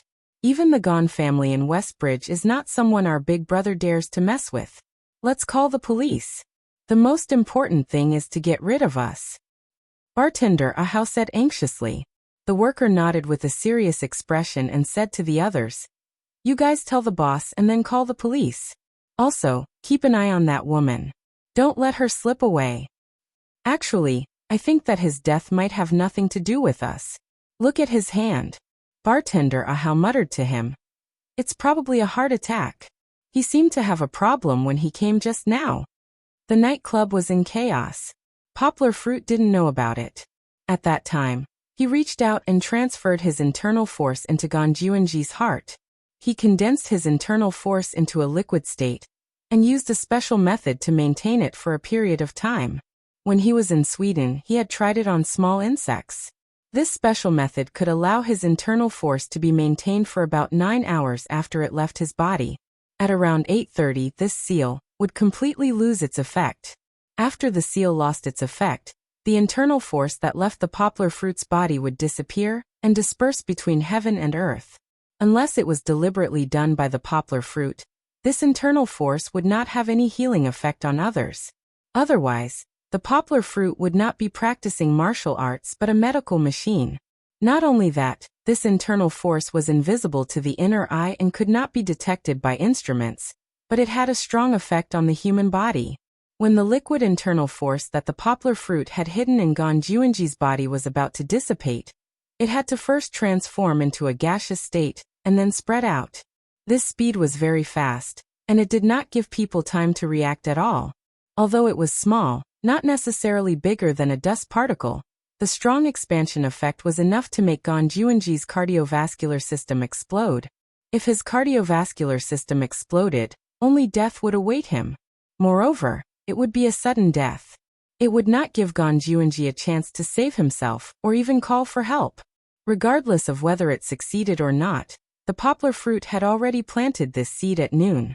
Although he was slightly nervous, in the small auditorium, the person that people saw was still the humorous, witty, and talkative big boy. Time ticked by. Kiki, who was below the stage, could no longer fight against sleepiness.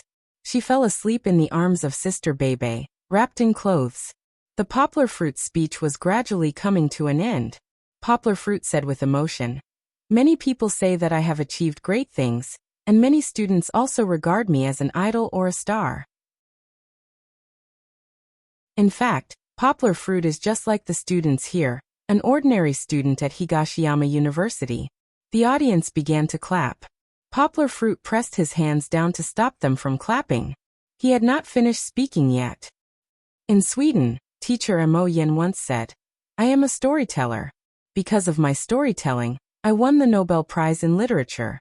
In fact, today I am just like teacher Mo Yen. I am just a storyteller. Today, I am standing in front of everyone to tell you the interesting stories that have happened on my academic path. Of course, I am not telling you these stories to teach you life philosophy. Poplar Fruit is not qualified to be everyone's sole teacher." Poplar Fruit smiled. The audience chuckled in response. "I just hope that you will be able to obtain happiness while listening to these stories. In other words, you will discover that there are still many interesting and novel experiences on the path of learning." Poplar Fruit said with a smile. "Learn happily, grow happily, and then walk happily into the world outside the ivory tower. The audience began to clap. However, Poplar Fruit stopped them once again.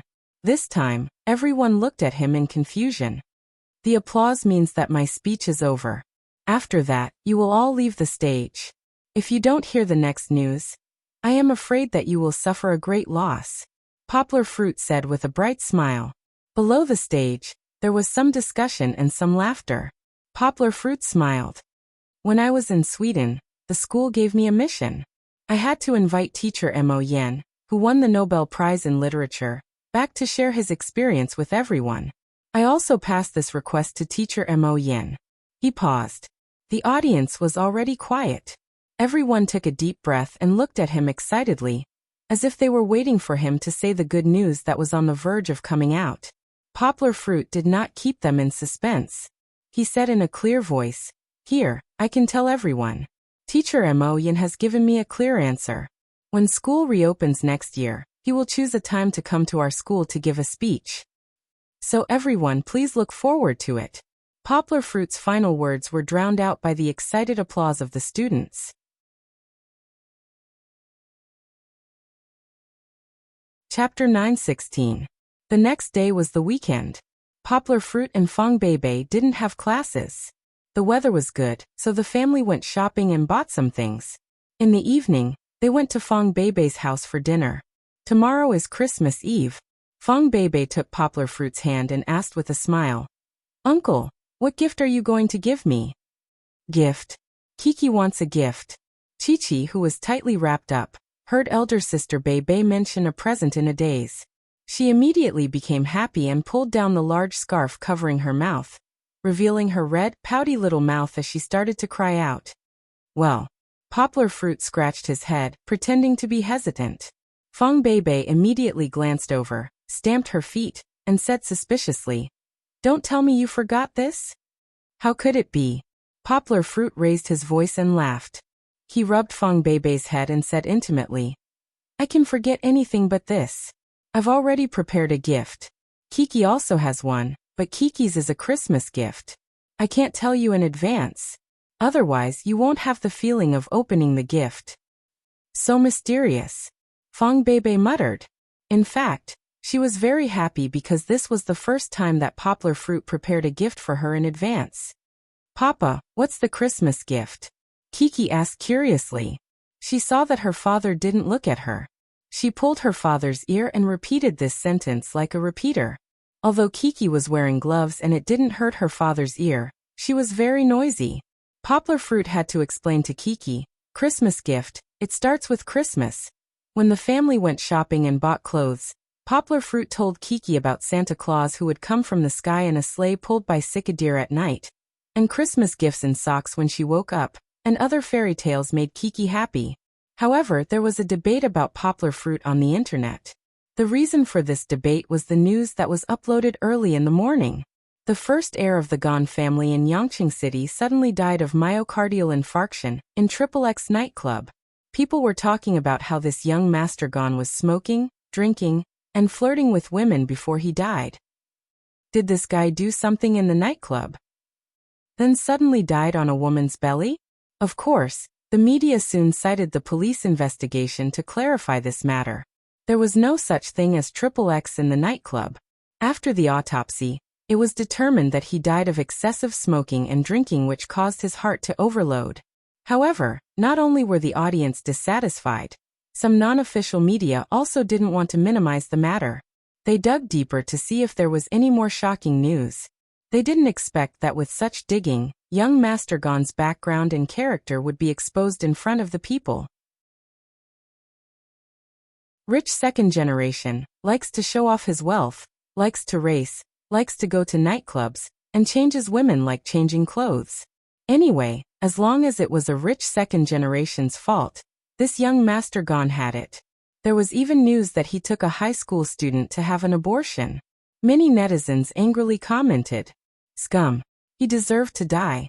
God is watching what people do." At this time, a netizen suddenly pointed out in surprise, "This young Master Gon, isn't he that bastard Gon Juanji who splashed dirty water on Weibo at the beginning of the month?" This was still considered a true fan. Not a true fan happily pointed out. This man has played with so many women. I don't know if Poplar Fruit's girlfriend has been played with before.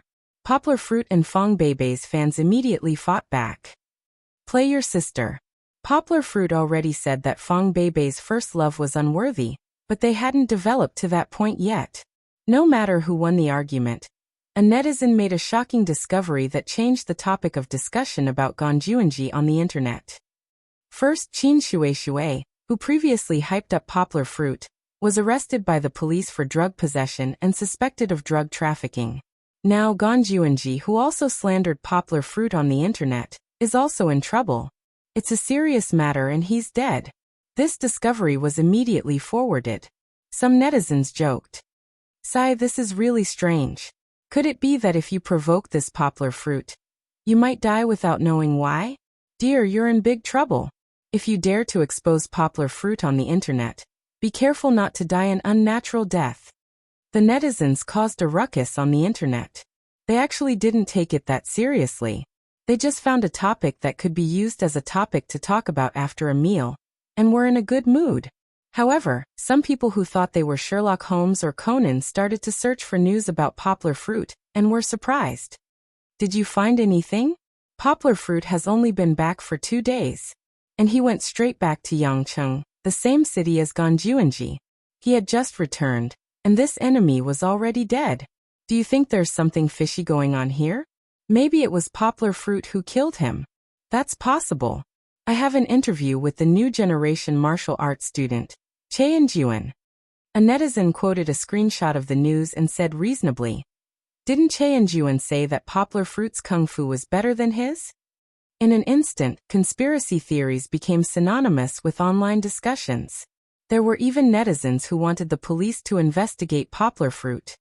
It's him, he's the murderer. If Poplar Fruit didn't go shopping and stayed at home to browse the internet, he would definitely be shocked by the netizens. His imagination was really running wild. Even a blind guess could guess the truth. At this time, some students from Higashiyama University couldn't stand it anymore. They found a video of Poplar Fruit's speech recorded by the Higashiyama University Student Union and uploaded it to the internet. Who said that Poplar Fruit is the murderer? Stand up. I can tell you clearly that last night when that scumbag Ganjuanji died, our Poplar Fruit was giving a speech to us. There were hundreds of people present who can testify for him. If you weren't there, please tell me how Poplar Fruit killed him? Using his mind to kill? Please don't joke with me, okay? In this world, no one would be able to guess how Poplar Fruit killed Ganjuanji without spilling a drop of blood. Unless there really was a deity who came down to earth and caught evidence of Poplar Fruit, using his internal energy to cheat. Poplar Fruit didn't say anything about this incident on the internet. Even when he went to the Fong family and his parents talked about it, he and Fong Beibei just sighed and didn't mention that person again. At this time, people's attention was slowly being diverted by 2 things on the internet. The first thing was Poplar Fruit's speech. The video of his speech was spread because of this incident. This made people who like Poplar Fruit even more. Our Appa is so talented. It also made people who didn't know Poplar Fruit gradually understand Poplar Fruit. This young man has the talent to be a speaker. The second thing was the upcoming Christmas Day. This Christmas Day had a special meaning. In front of them, people had just passed the hotly discussed 2012, December 21st, 2012. Behind them, they were welcoming a new life, and the most festive and lively Western festival. How did Poplar Fruit and the others spend it?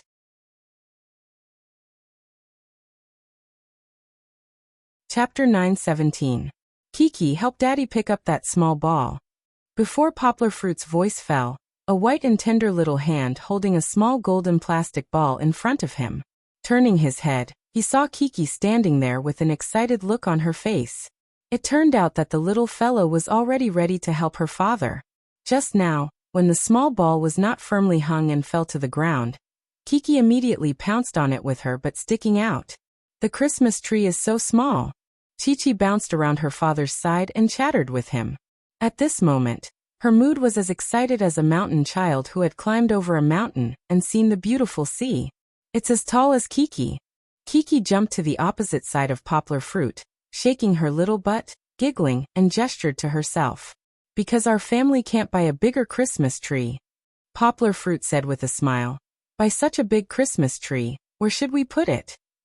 He bought the Christmas tree just to adjust the festive atmosphere, unlike in foreign countries, where Christmas trees and roast turkeys were regarded as symbols of Christmas. Put it in Kiki's bed. Kiki rolled her eyes, then clapped her little hands and happily said, "That way, Santa Claus can give Kiki a lot of gifts." "You wish." Poplar Fruit smiled and pinched Kiki's little nose. He handed the golden ball to Kiki and said, "Come Kiki, help Daddy hang it." And then, Chi-Chi likes to help Papa the most. The little fellow did not forget to take credit for her work. She took it, stood on her tiptoes, and wanted to follow her father to hang the small ball. However, she seemed to be unable to find the key point. The curious Goldie wagged its tail and walked over. It wriggled and wriggled between Chi-Chi and the Christmas tree. Then it pushed Chi-Chi away. This way, Chi-Chi could not hang on the little golden ball. "Iya Daddy, Goldie is making trouble. It won't help Kiki with Daddy's work." Kiki pouted, pointed at Goldie and complained. Goldie wagged its tail, moved its head closer, and intimately licked Kiki's finger. As a result, Kiki suddenly squatted down and pushed away Goldie, who only came to please its master. Although Kiki was young, her strength was not small at all. In terms of strength, Goldie was no match for her at all. Poplar Fruit smiled and helped Kiki hold down the innocent Goldie, and let Kiki try to hang the golden ball on the Christmas tree. When Kiki hung herself, she felt a sense of accomplishment. Her eyes became crescent moons, and she jumped up and down holding her father's hand. She pointed at the Christmas tree and said, "Daddy, Daddy, Daddy, look." Kiki hang the ball at the highest point. Poplar Fruit held his daughter's face, kissed her forehead and said with a smile, "Kiki is great. Come, let's hang these little balls and little stars up with Daddy." When the father and daughter were almost done decorating the Christmas tree, Fong Beibei also came back. She just went to school in the morning and did not go to class. She just reviewed in the library. She was different from Poplar Fruit. No matter how Poplar Fruit took the exam, he was almost guaranteed to pass the final exam. Fong Beibei, on the other hand, had to seize the time to review. English, Maja, and other disgusting non-professional subjects gave her a headache. Even if Poplar Fruit tutored her, she still had to do the questions and memorize the books. "Wow. You finished assembling the Christmas tree so quickly?" Fong Beibei asked with a smile. "Kiki, tell me, who decorated the Christmas tree so beautifully?" Fong Beibei asked this question, but in fact, the answer was already known. When Kiki was helping, Poplar Fruit secretly took a photo, and not only did he post it on Weibo, but he also sent it to Fong Beibei. "It's Kiki." Kiki happily ran out and raised her little hand to ask for praise.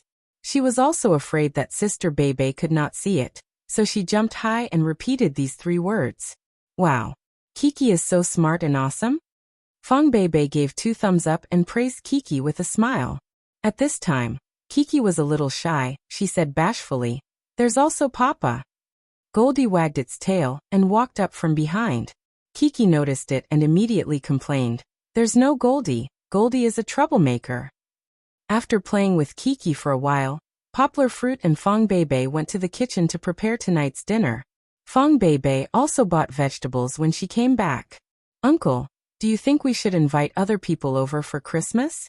Fong Beibei pretended to ask casually while picking vegetables. "Well, you want to invite Shanshan and the others, right?" Poplar Fruit asked with a smile. "Then I'll buy more vegetables tomorrow. Tell me how many people will come first." "Not them." Fong Beibei said. "Not them? Then who else?" Poplar Fruit asked. "Mosquito and Enlon? I forgot to tell you, they went to Harbor City to watch the fireworks. They are not in Yangcheng." "Watch the fireworks? So romantic?" Fong Beibei said casually. "I'm not talking about them." Huh. Poplar Fruit really didn't understand what Fong Beibei was up to. Fong Beibei's voice was very low. She didn't dare to raise her head and look at Poplar Fruit, Sister Zheng Yujia. Poplar Fruit was a little confused when he heard Fong Beibei say this name. On the day when he came back, he saw Zheng Yujie and Fang Beibei together. He thought that Mars was going to collide with the Earth. Fortunately, after they talked about it, Fang Beibei didn't mention her again. Zheng Yujie had just taken over New Translation Road Publishing House. And it happened that it was almost the end of the year. She was so busy that she didn't have time to talk to Poplar Fruit. So, it seemed that the storm had subsided. However, Poplar Fruit really underestimated the vigilance between women. Why did you call her?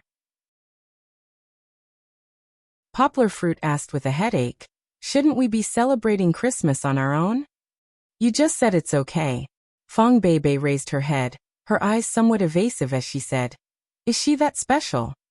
Although she was avoiding his eyes, her tone was firm. She wanted Poplar Fruit to give her an answer. Poplar Fruit was speechless. No matter how low his EQ was, he knew what was going on. Poplar Fruit shook his head and continued to deal with the plucked chicken. Okay, I know you're still a little unhappy. Stop it. Didn't we talk about it last time? You can't be jealous anymore. I just think that she's all alone in Yangcheng. Fang Beibei shrunk her head. She knew that Poplar Fruit was a little angry, but she couldn't help but mutter a few words. If you say it again, I'll spank your butt tonight. Poplar Fruit laughed and said, And I'll spank you with your pants off. Do you know what it's called tonight? Uncle, you're so evil. Fang Beibei said angrily.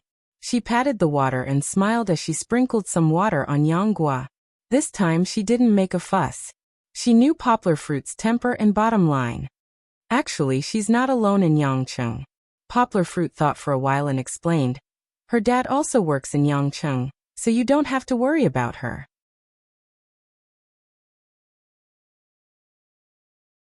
Chapter 9:18. Normally, they should go to a restaurant outside for a romantic Christmas Eve, but Fang Beibei said that eating outside in a restaurant was not as warm as eating at home. Poplar Fruit thought that it was quite reasonable. Now that it was cold outside, Fang Beibei would rather stay at home if she didn't have to go to school. Let's have a candlelight dinner tonight. Poplar Fruit found the candlestick and long red candles that he bought yesterday, lit 2 of them and placed them on the table. I'll turn off the light. Fang Beibei took off her apron and casually hung it on the back of the chair. She trotted to turn off the light, and with a burst of bell-like laughter, all the lights in the room went out at once. Oh, where's Papa? Kiki is scared. Kiki was just playing in the living room when she suddenly couldn't see her fingers. The little girl instinctively hugged Gold, who was lying next to her, and cried out in fear. In fact, there were 2 flickering candlelight in the room, but the human eye had a certain delay reaction. After the bright incandescent light went out, it would take a while for the human eye to adapt. Here, Sister Beibei is here. Without waiting for Poplar Fruit to answer, Fang Beibei trotted to Kiki and hugged her. She was in a good mood. Compared to just now, Fang Beibei returned to the lively and lovely girl that a young girl should be. In fact, it was not difficult to understand why Fang Beibei was a little narrow-minded with Poplar Fruit just now. Zheng Yujie gave her too much pressure at the airport, and even almost broke her self-confidence. Although Poplar Fruit promised her that he would not change his mind, she still felt a little uncertain in her heart. Fang Beibei was also sensible. She knew that Poplar Fruit's translation career was very important. She did not dare to suggest that Poplar Fruit cut off contact with Zheng Yujie, who was the boss of Poplar Fruit. She was also afraid that Poplar Fruit would think that she was too spoiled and would not like her. Therefore, even though she felt uneasy, Fang Beibei was only jealous to the extent that Poplar Fruit could tolerate. She wanted to make Poplar Fruit understand her feelings. Of course, there was also the intention of acting coquettishly and asking for a hug. Be careful, don't fall down yourself. Poplar Fruit reminded him with a smile. He put away his and Fang Beibei's aprons, washed his hands, and prepared to eat. After adapting to the candlelight, Kiki was finally not afraid. She did not need Sister Beibei to hug her. She asked to sit in her own exclusive seat, so that she could have more freedom. Kiki, don't touch it. Fang Beibei shouted and reached out to stop Kiki's little hand that was reaching for the candle. Sister Beibei, what is this? Kiki asked curiously. This is a candle, Fang Beibei said with a smile. Suddenly, Kiki pouted her little mouth and said, Sister Beibei is lying. Candles are not like this. Candles are so small. Blow out the candles and eat the cake. The little girl also gestured with her little finger. Her tone was very sure. This is also a candle, a bigger candle. Poplar Fruit smiled and touched his daughter's head, then continued to pick up the chopsticks and spoon for Kiki's favorite dishes. Blow out the candles and eat the cake. Kiki cried out happily. She pouted her little mouth and blew, making the candlelight sway. It was very beautiful. Don't make trouble. Where is the cake? Poplar Fruit smiled and pushed the candlestick away, otherwise Kiki could reach it. He said, "Today is not your birthday. When it's your birthday, Dad will buy you a big cake." No, Kiki said disappointedly. She was a little depressed. Fong Beibei reached out to Kiki's hand and said with a smile, "Kiki, it's okay. Hurry up and eat, then go back to your room to see if the socks are hung up properly. Today, after Kiki falls asleep, Santa Claus will come to give Kiki a present." Oh, Santa Claus. Kiki remembered, and her eyes suddenly lit up. She could not wait to twist her slender waist and shout, "Kiki is going to have a present." Yes, and there are two. Fong Beibei turned to look at Poplar Fruit, and the two of them looked at each other and smiled. With Kiki causing trouble, this candlelight dinner was not very romantic. However, it was full of warmth and joy. After coaxing Kiki, who wanted to wait for Santa Claus to sleep, Poplar Fruit walked out and sat down beside Fong Beibei. "Where's the present?" Fong Beibei did not hesitate in front of Poplar Fruit. She sat up on her knees and stretched out her white palm with a smile. There was not much sun this year, and Fong Beibei's skin was much fairer than before. Of course, it was not that she did not look good before. White and tender had its beauty, and wheat-colored skin had its charm. Looking away from his girlfriend's hand, Poplar Fruit smiled and said to Fong Beibei, "What? Can't wait? If you don't send me off, Christmas Eve will be over," Fong Beibei said with a pout. Okay, Poplar Fruit said with a smile. "Close your eyes first." Okay. Fong Beibei obediently closed her eyes.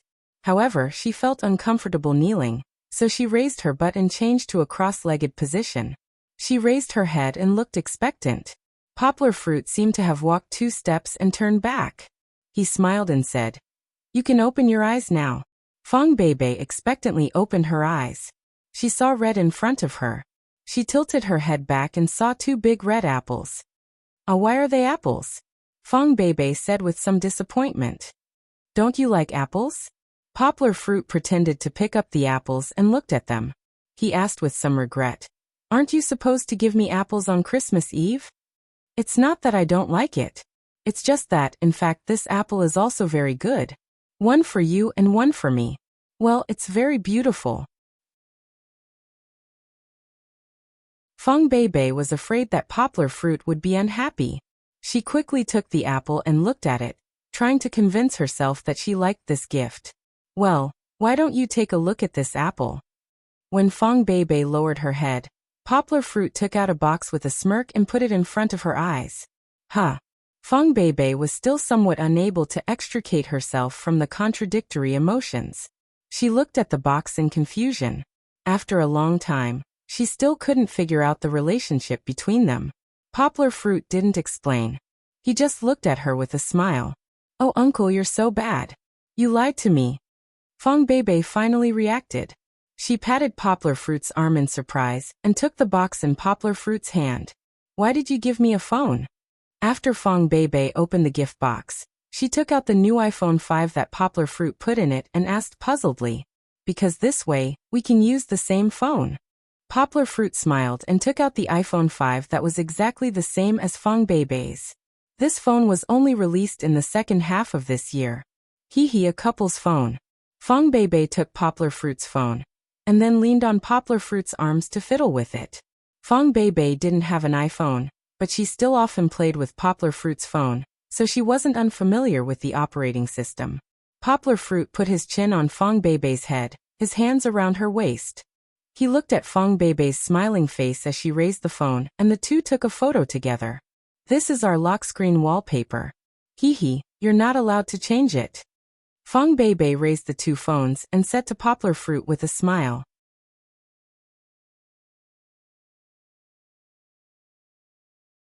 Chapter 919. In the end, nothing happened on Christmas Eve. Poplar Fruit was still able to control himself.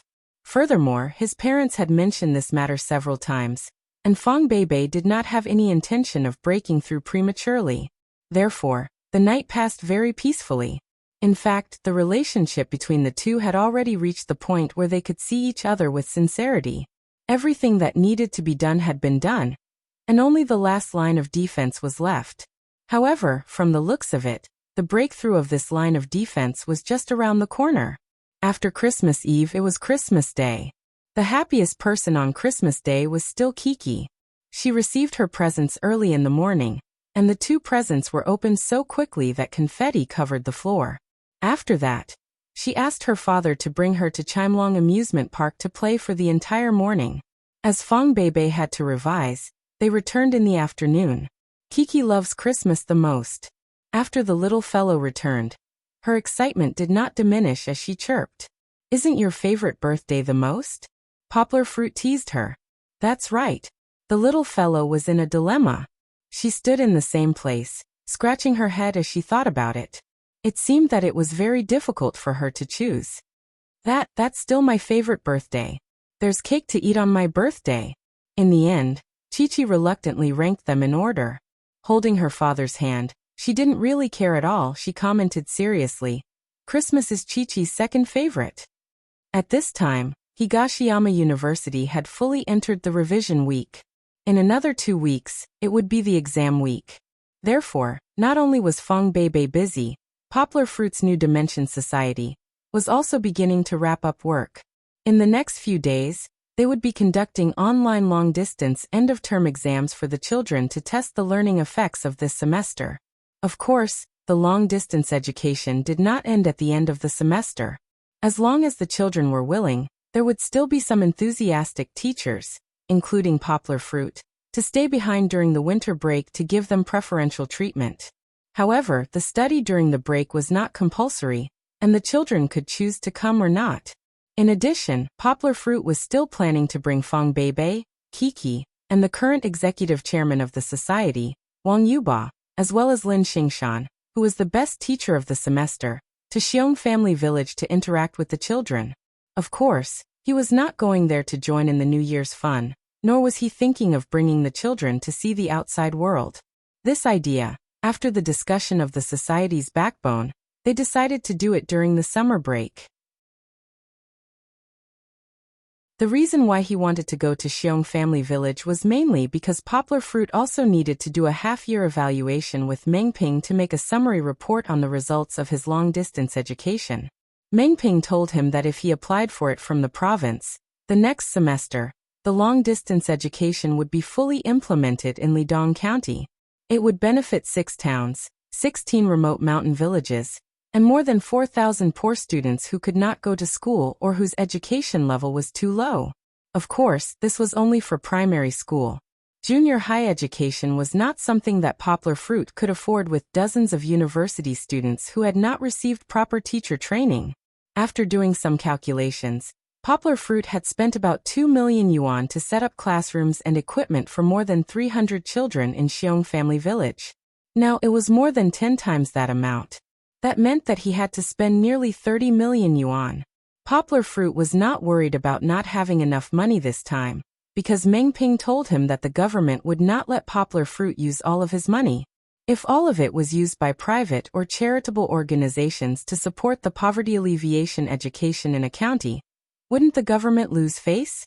He would fight for the education funds, and at least get half of the cost.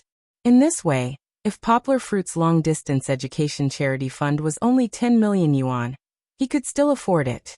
Although when the fund was first set up, Poplar Fruit's own money and the donations from some of his foreign friends only amounted to about 30 million yuan. Don't forget that Poplar Fruit's income from the copyright of New Translation Road was quite considerable. He had already donated more than 20 million yuan to the long-distance education charity fund, which was more than 60 to 70% of his income. Regardless of how selfless and noble Poplar Fruit was, the foundation with more than 50 million yuan was still considered a strong fund.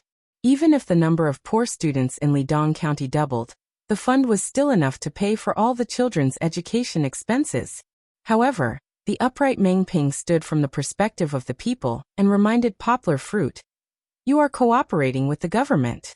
If you don't want your money to be embezzled, and if you don't want the children's hopes to be dashed, you have to do your procurement properly.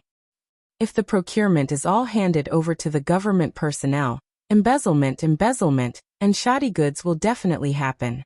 Meng Ping had seen too many of these people in the impoverished Lizong County. Even after experiencing an anti-corruption storm, people were still greedy. After the investigation team left, didn't they still take what they wanted and take what they wanted? Meng Ping could guarantee that the Education Bureau under his control would not be in trouble, but he couldn't represent everyone, especially the Finance Bureau that was already in chaos. Every year, the education funds allocated by the higher-ups were not small, but after so many layers of exploitation, the Education Bureau did not have much. This time, Meng Ping even had to apply for a special fund to ensure that it would not be embezzled. Therefore, he needed Poplar Fruit's cooperation. Poplar Fruit was not stupid. He was very flexible in this aspect. After receiving Meng Ping's advice, Poplar Fruit began to think about how to use the money that would change the lives of poor children. The distance education charity fund he set up had to be transparent, open, and fair. Transparency and openness meant that the details of all the money spent, the whereabouts, and the implementation of the funds had to be listed on the website to ensure that everyone in the world could find it and maintain the supervision of the distance education charity fund. Being fair was not easy. At the very least, if the charity fund was controlled by one person, then there was no way to be fair. Poplar Fruit could not do it himself. He had to hand over this power and let more people participate, other than those with ulterior motives. Regardless of whether it was the appointment or dismissal of positions, some large expenditures also needed to be voted on. Of course, if it was just the distance education charity fund, it would not be enough to maintain its innocence. This was because it would not be able to prevent the corruption and influence of the government. Poplar Fruit needed to use the power of the public. In the quietly approaching 2013, Poplar Fruit needed to push distance education into the public's eyes and let everyone know about it. Only by putting this matter on the table and using the power of his millions of fans could he cut off the hands of those who had reached out to him. In 2013, Poplar Fruit had a long way to go.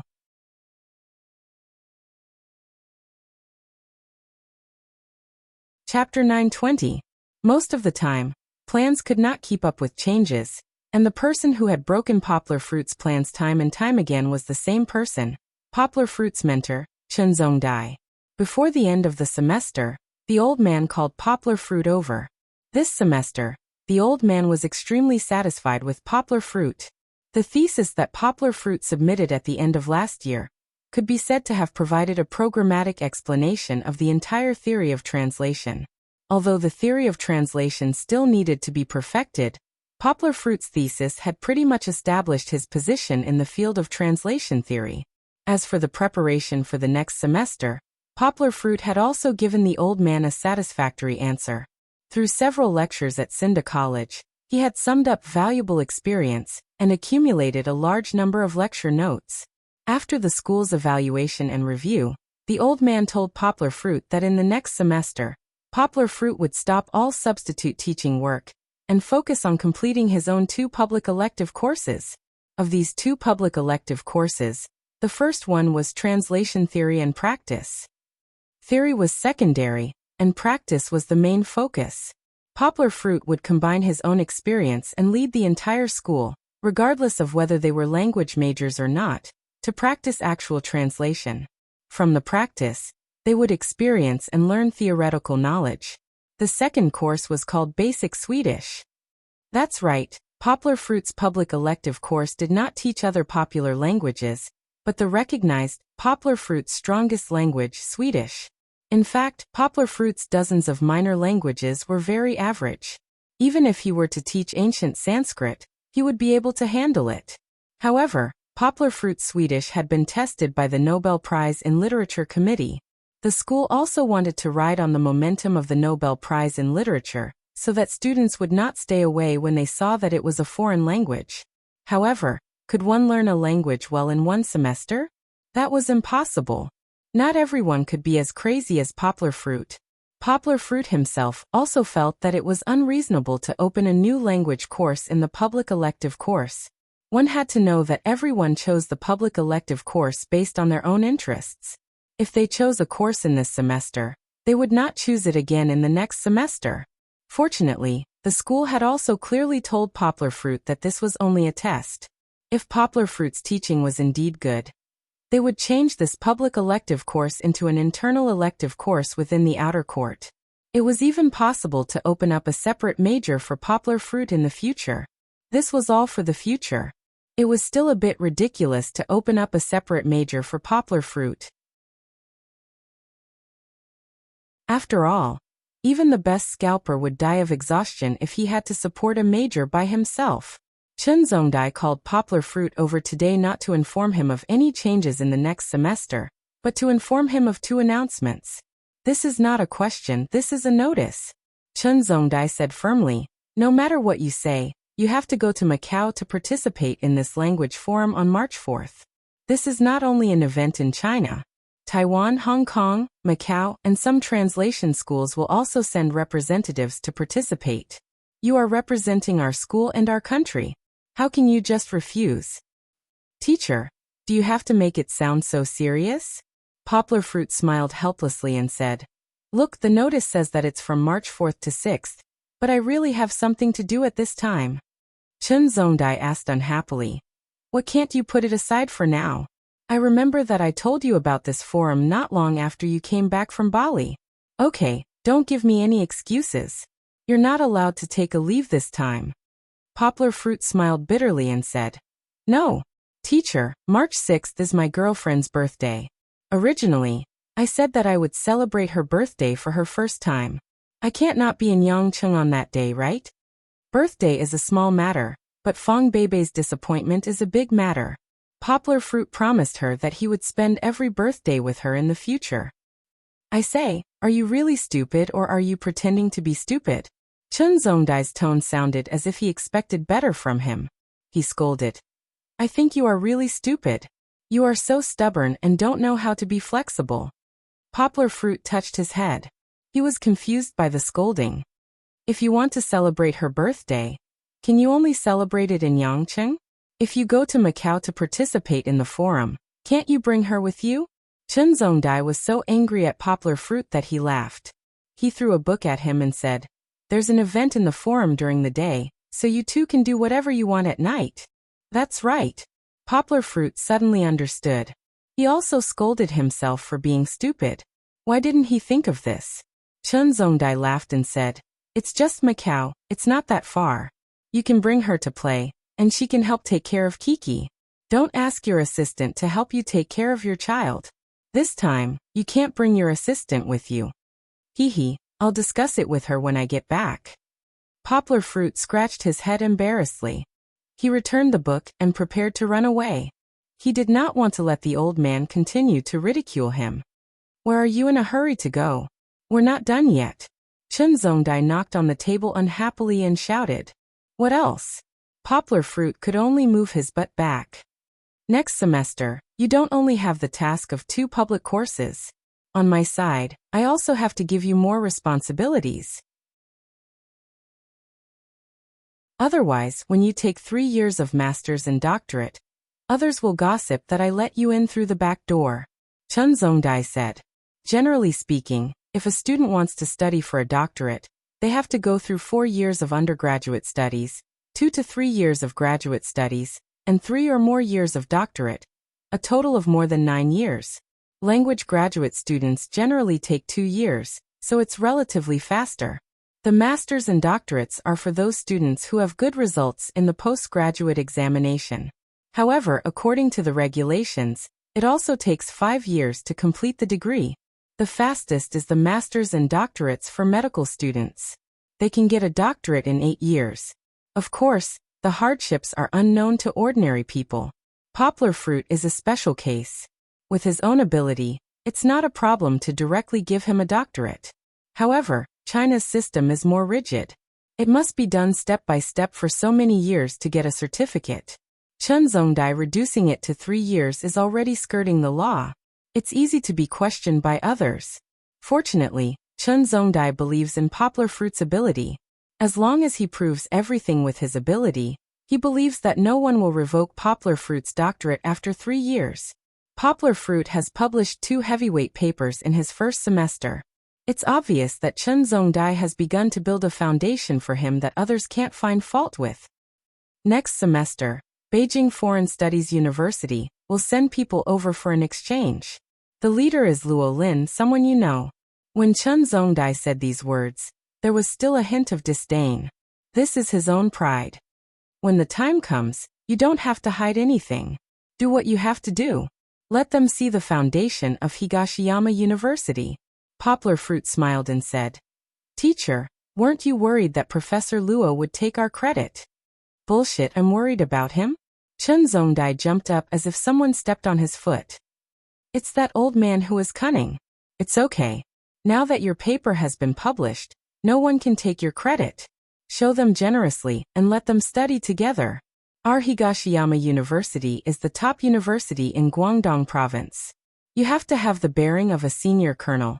Understand?" Poplar Fruit snickered and didn't answer.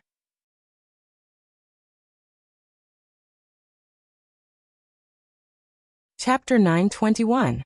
How far is it? Why do I feel that we can't reach the end of this mountain road? Wang Yuba's tenacity was not as good as Lin Xingshan's. Halfway up the mountain, he was panting and complaining. "It's not far. Just a quarter of an hour, a little more, and we'll be there." Xiong Jisher, who was next to him, smiled and asked in very ordinary Mandarin, "Can you do it? Do you want me to help you?" Now many children on the mountain were fluent in Mandarin after learning from the students and teachers of Higashiyama University. Xiong Jisher, who had not received much education, had been left far behind by the children. He had just asked Poplar Fruit if he could join in the learning. When Poplar Fruit came this time, the people of Xiong village were very happy. 4 or 5 strong men came down to help with the luggage. Wang Yuba climbed the mountain empty-handed, but he was so tired. It seemed that he had not exercised enough. Didn't he see that Poplar Fruit and Xiong Jisher were walking as if they were walking on flat ground? Their faces were not red and they were not panting. Wang Yuba looked at Lin Xingshan, who was walking with Feng Beibei. Although the 2 girls were panting, they could still hold on. As a man, he could not make a fool of himself in front of girls, especially when he was still chasing Lin Xingshan. It was fine if he did not show his heroic spirit, but how could he be worse than a girl? "No, I can do it." Wang Yuba gritted his teeth and continued to walk forward. The air on the mountain was very cold.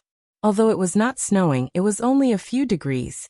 The whistling mountain wind was always drilling into the neck, which made people feel very uncomfortable. The climate was more difficult than when Poplar Fruit came in summer. I heard from the children that there is no heating or air conditioning on the mountain. They can only freeze in winter. Lin Xingshan panted and said to Feng Beibei, "It's very pitiful. We have clothes. We are very strong. We often go up and down the mountain. We are not afraid of the cold." Xiong Jisher quickly explained. Poplar Fruit patted Xiong Jisher's shoulder with a smile and said, "That's not a reason. The conditions of the children are indeed difficult. I felt it the last time I came." However, Poplar Fruit was not a savior. He could not raise the living standards of the entire mountain stronghold to that of the city. Moreover, the government had put in a lot of effort to help the poor.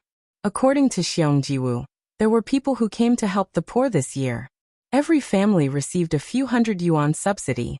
It was not much, but it was better than nothing. "This year, I'll bring a few computers to the meeting hall of the stronghold," Poplar Fruit said. "You young people should learn how to surf the internet and get in touch with the outside world. See if it's possible to set up an online shop to sell the handicrafts or local specialties of our stockade. Let me tell you, the people outside like to buy these new things." Poplar Fruit did not know how to do business, so he could not give them more help. He could only provide them with the tools to find their own way out. It was like his long-distance education. It was better to teach a man how to fish than to give him a fish. He could not save all the people in the poor mountainous areas. He could only teach them knowledge and let them master the ability to save themselves. They were almost at the mountain stronghold. Kiki, who was wrapped in thick clothes along the way, saw the familiar grass and trees. She finally began to become active. She struggled in her father's arms and shouted to get down. There were only a few minutes left, and the mountain road here was much flatter. Poplar Fruit put Kiki down.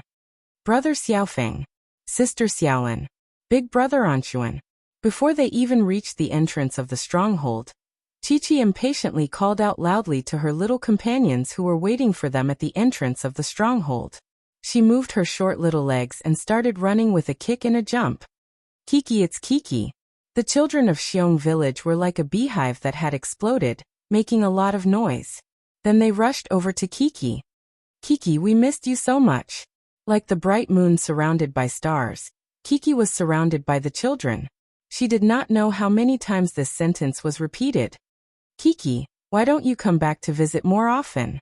Xiong Anshuan made a fuss, pulling Kiki's hand and jumping around. Xiong Xiaolin's eyes were filled with tears. Because she was studying in the county town, she could not come back for a long time. So she did not see Kiki much.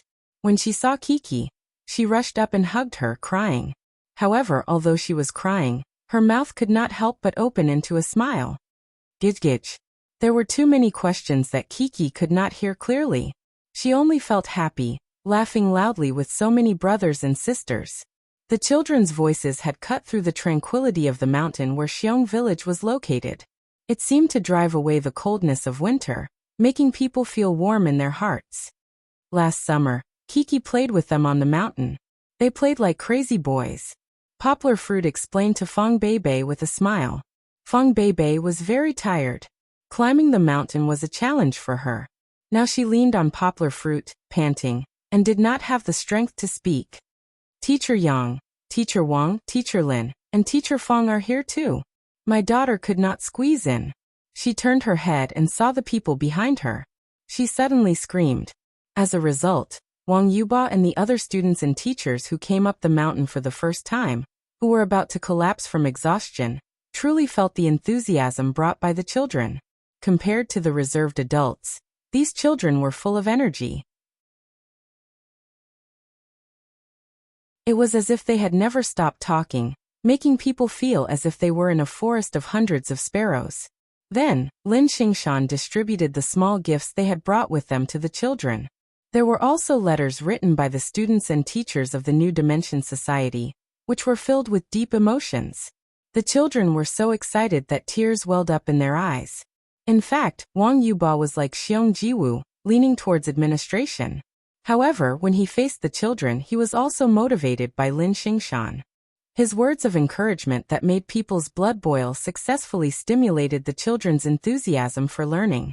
Feng Beibei naturally did not need to be mentioned. She was born with an affinity for children. Very quickly, she played together with Kiki and a group of lower-grade children. Although it was very cold outside in winter, and there was no way to play outdoor activities, Feng Beibei led them to play a number game that tested their reaction speed. This caused the children's laughter to fill the entire classroom. What about Poplar Fruit? Poplar Fruit did not accompany Feng Beibei and the rest to play with the children. He went to visit his first real martial arts master, Xiong Kahu. The old man's body was in good health. When he saw Poplar Fruit, he did not even greet him. Instead, he threw 2 Miaodao to Poplar Fruit and asked him to perform a set of knife techniques. He wanted to see if Poplar Fruit's martial arts had deteriorated during this period of time. Poplar Fruit's knife techniques had really deteriorated. His boxing skills had improved, but because he had not practiced the Miaodao for half a year, he was particularly unfamiliar with it. Poplar Fruit broke out in cold sweat. He braced himself and performed a set. Then, he looked at his master's frown and hurriedly explained, "Master, it's not that I've neglected my martial arts, but that I really can't find a place to practice. But don't worry, in 2 months, I'll move into a new house. There will be a place for me to practice my knife skills." People who practice martial arts never let their fists leave their hands. This attitude of yours is unacceptable. No matter what excuses Poplar Fruit came up with, Xiong Kahu was still dissatisfied in his heart. He gave Poplar Fruit a good beating.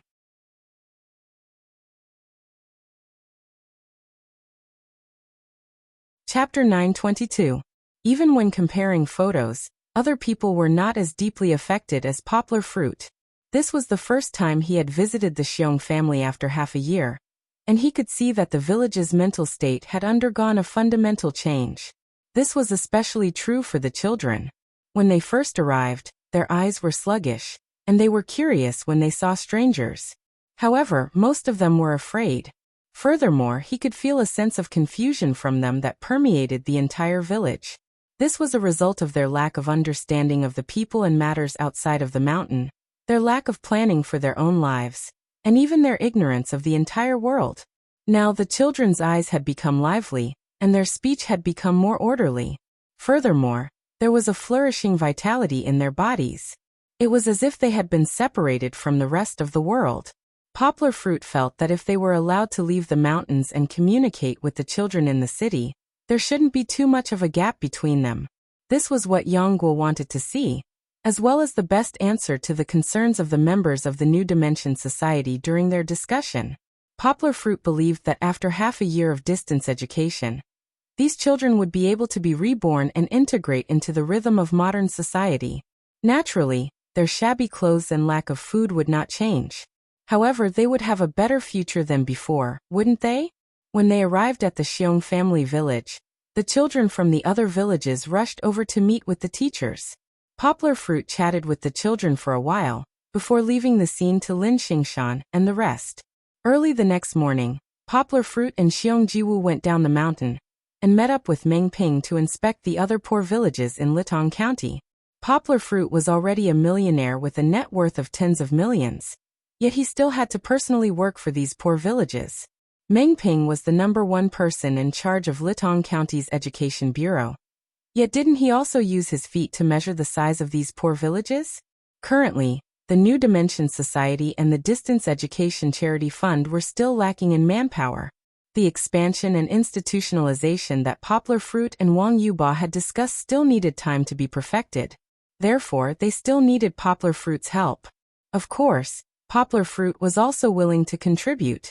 He understood that every step he took now meant one less detour for the thousands of poor students in Lidong County, who could not afford to go to school. Feng Beibei and Kiki stayed in Xiong village. It was too tiring for them to go up and down the mountain. The two of them could not be compared to Poplar Fruit's physique. If they followed them, they would only become a burden for Poplar Fruit. Kiki had a lot of fun with her brothers and sisters in the village. They played games and told stories. Kiki became the center of attention for the children. This was especially so when she climbed onto a chair and imitated her father's speech. She stuttered and babbled as she recounted her experiences with her father in Bali. Her dancing appearance was extremely cute. Kiki learned how to walk like a cat with Daddy.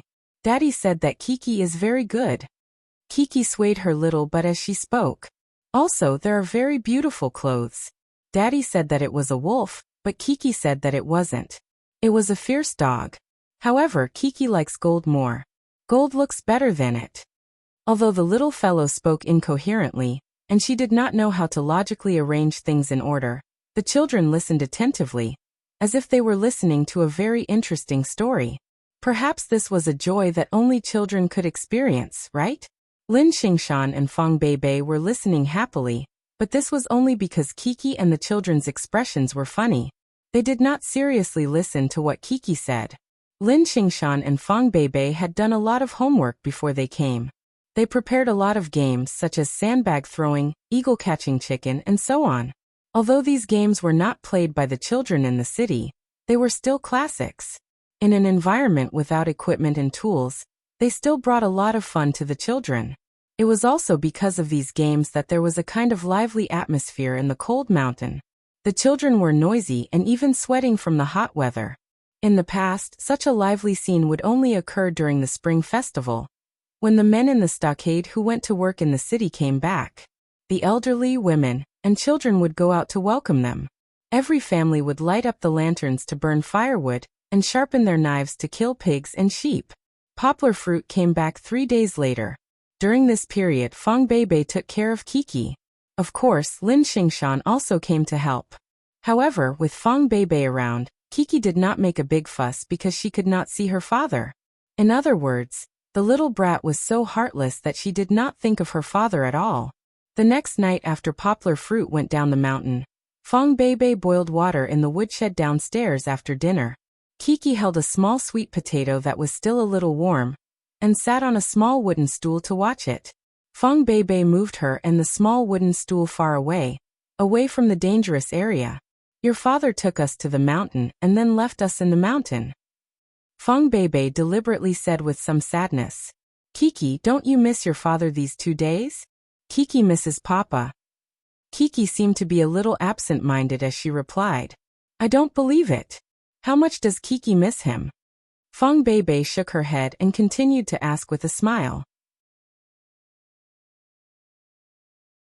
Very, very much. Kiki finally came back to her senses. She handed the sweet potato to Sister Beibei, opened her arms, and said with a huff, I do miss him. She seemed to be expressing her longing for her father, as deep as the sea of stars. Pfft, Fong Beibei suddenly laughed. She wanted to tease the little brat. Unexpectedly, there was a call from outside. Kiki, Kiki, quickly come and see. It was Xiong Xiaofeng's voice. His voice sounded very excited. Dania dug up a cicada. It was probably a cicada larva hidden under the frozen ground in winter. It was not some novel animal. If it was Lin Xingshan, he would still keep a respectful distance from it. Only these simple children would want to show it to everyone as if it was a treasure. Hey Kiki, Kiki is here. Hearing brother Xiong Xiaofeng's call, Kiki immediately became excited. She did not even look at the sweet potato that was just handed to Sister Beibei. She happily stood up and ran outside. Fong Beibei ran 2 steps after her. Fortunately, Kiki did not bump into the door sill. Only then did she feel relieved. Fong Beibei shook her head and muttered in amusement and anger. You still say you miss your father. You're just like your father. Once there's something you like, you'll become heartless. Fortunately, this situation did not last for too long. The next night, when Kiki fell asleep, mainly because she was tired from playing during the day, Poplar Fruit pushed open the door and appeared in front of Fong Beibei. Achoo! What greeted him was Fong Beibei's muffled sneeze and her pitiful eyes. Uncle, I'm sick. Fong Beibei wrapped the blanket around her body and leaned against the edge of the bed sickly.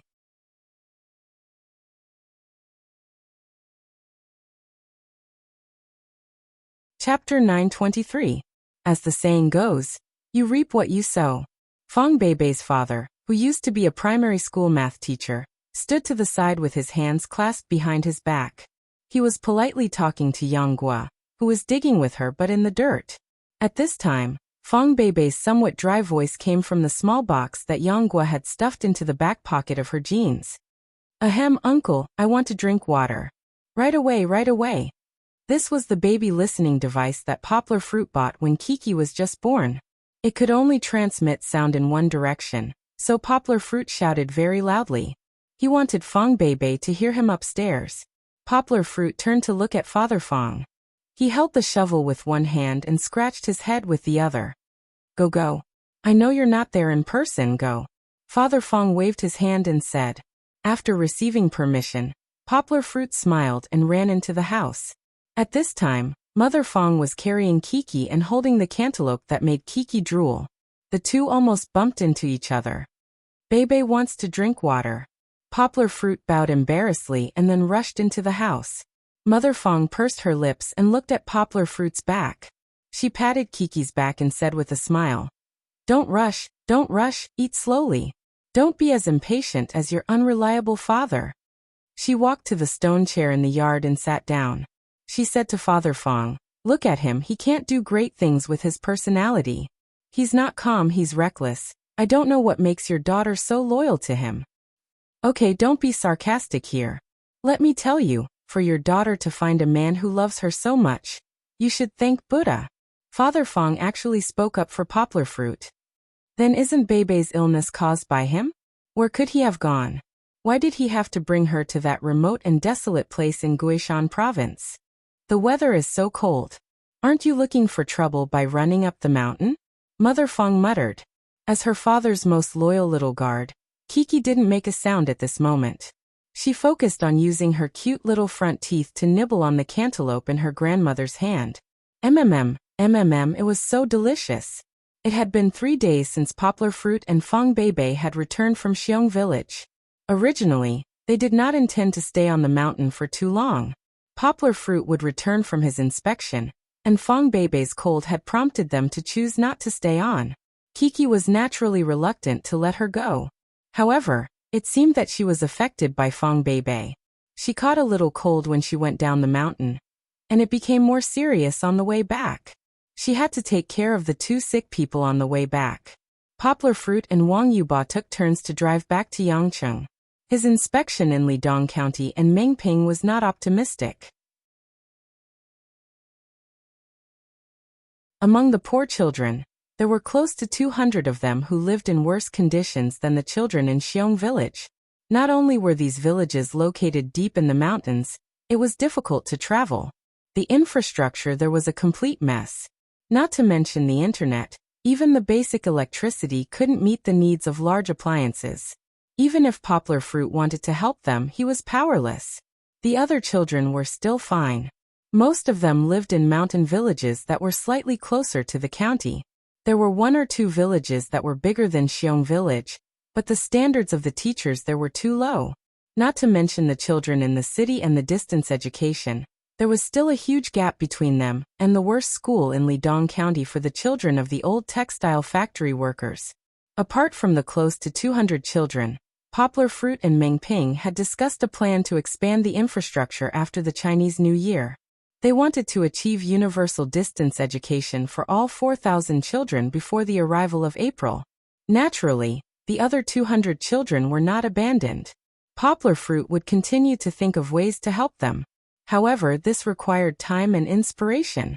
Poplar Fruit, or rather, the New Translation Road and the Distance Education Charity Fund, had a heavy burden on their shoulders. On one hand, they had to send out a large number of people to help build modern educational facilities in the mountain villages.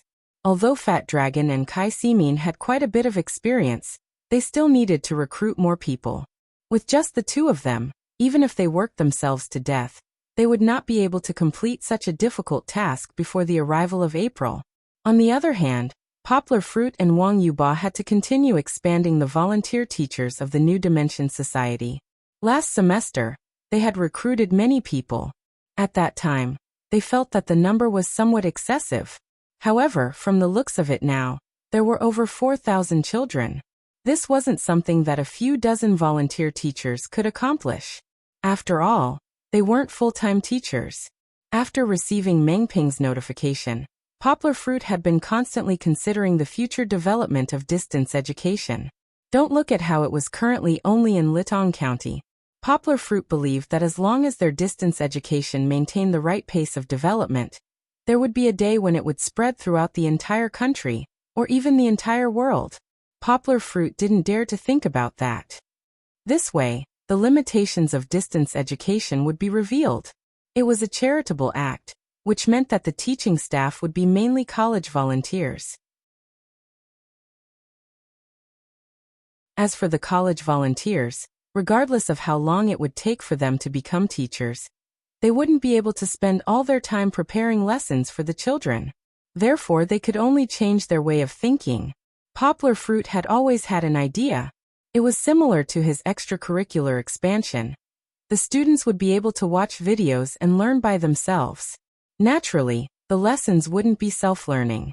Poplar Fruit could get the student volunteers to teach the children. The videos for the lessons would be recorded beforehand and would be no different from a normal lesson.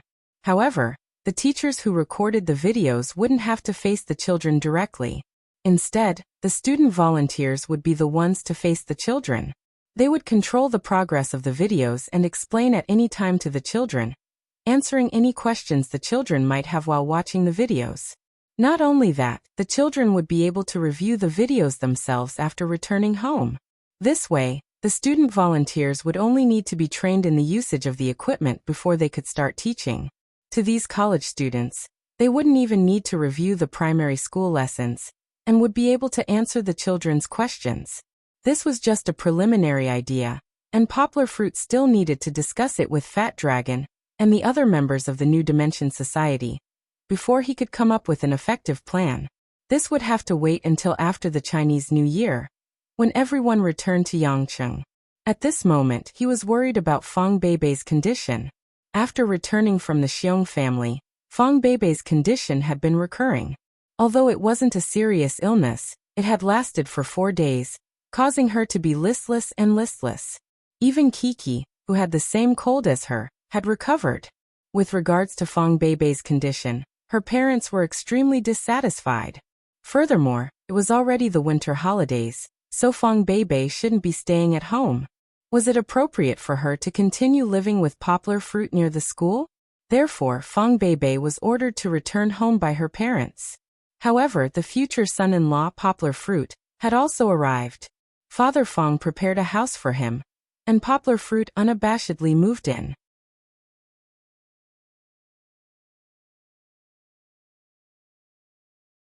Chapter 924. Just as Poplar Fruit threw out a question that shocked, embarrassed, nervous, and worried Fang Beibei, a group of people were sitting around the table in the conference room in Changzhou City, a place that Poplar Fruit had visited before. They were smoking and looking gloomy. Actually, it was not a matter of life and death. It was just that Mango TV had spent a huge sum of money to import a variety show, Where Are We Going, Dad? From Korean MBC TV station. They had to be extremely careful and not mess up the show, because if they messed it up, none of them would be able to escape being scolded for worshipping foreigners. The director had already been confirmed. It would be Xie Dikue, the great director who had been the producer of popular variety shows such as Sing If You Want and The Metamorphosis would be the director and producer. They had no choice but to give him the role. After all, he was the only director in the TV station who had a wealth of experience in outdoor reality shows. Director Xie had his own team. However, in such an important period of preparation for the show, there were still many leaders and important people in the TV station who joined in to provide suggestions and ideas. However, even so, director Xie did not have much confidence in the show's viewership ratings and reputation. Firstly, the pace of this show is too slow. I've seen 1 or 2 episodes of the original show from Korean TV. The variety style is too intense.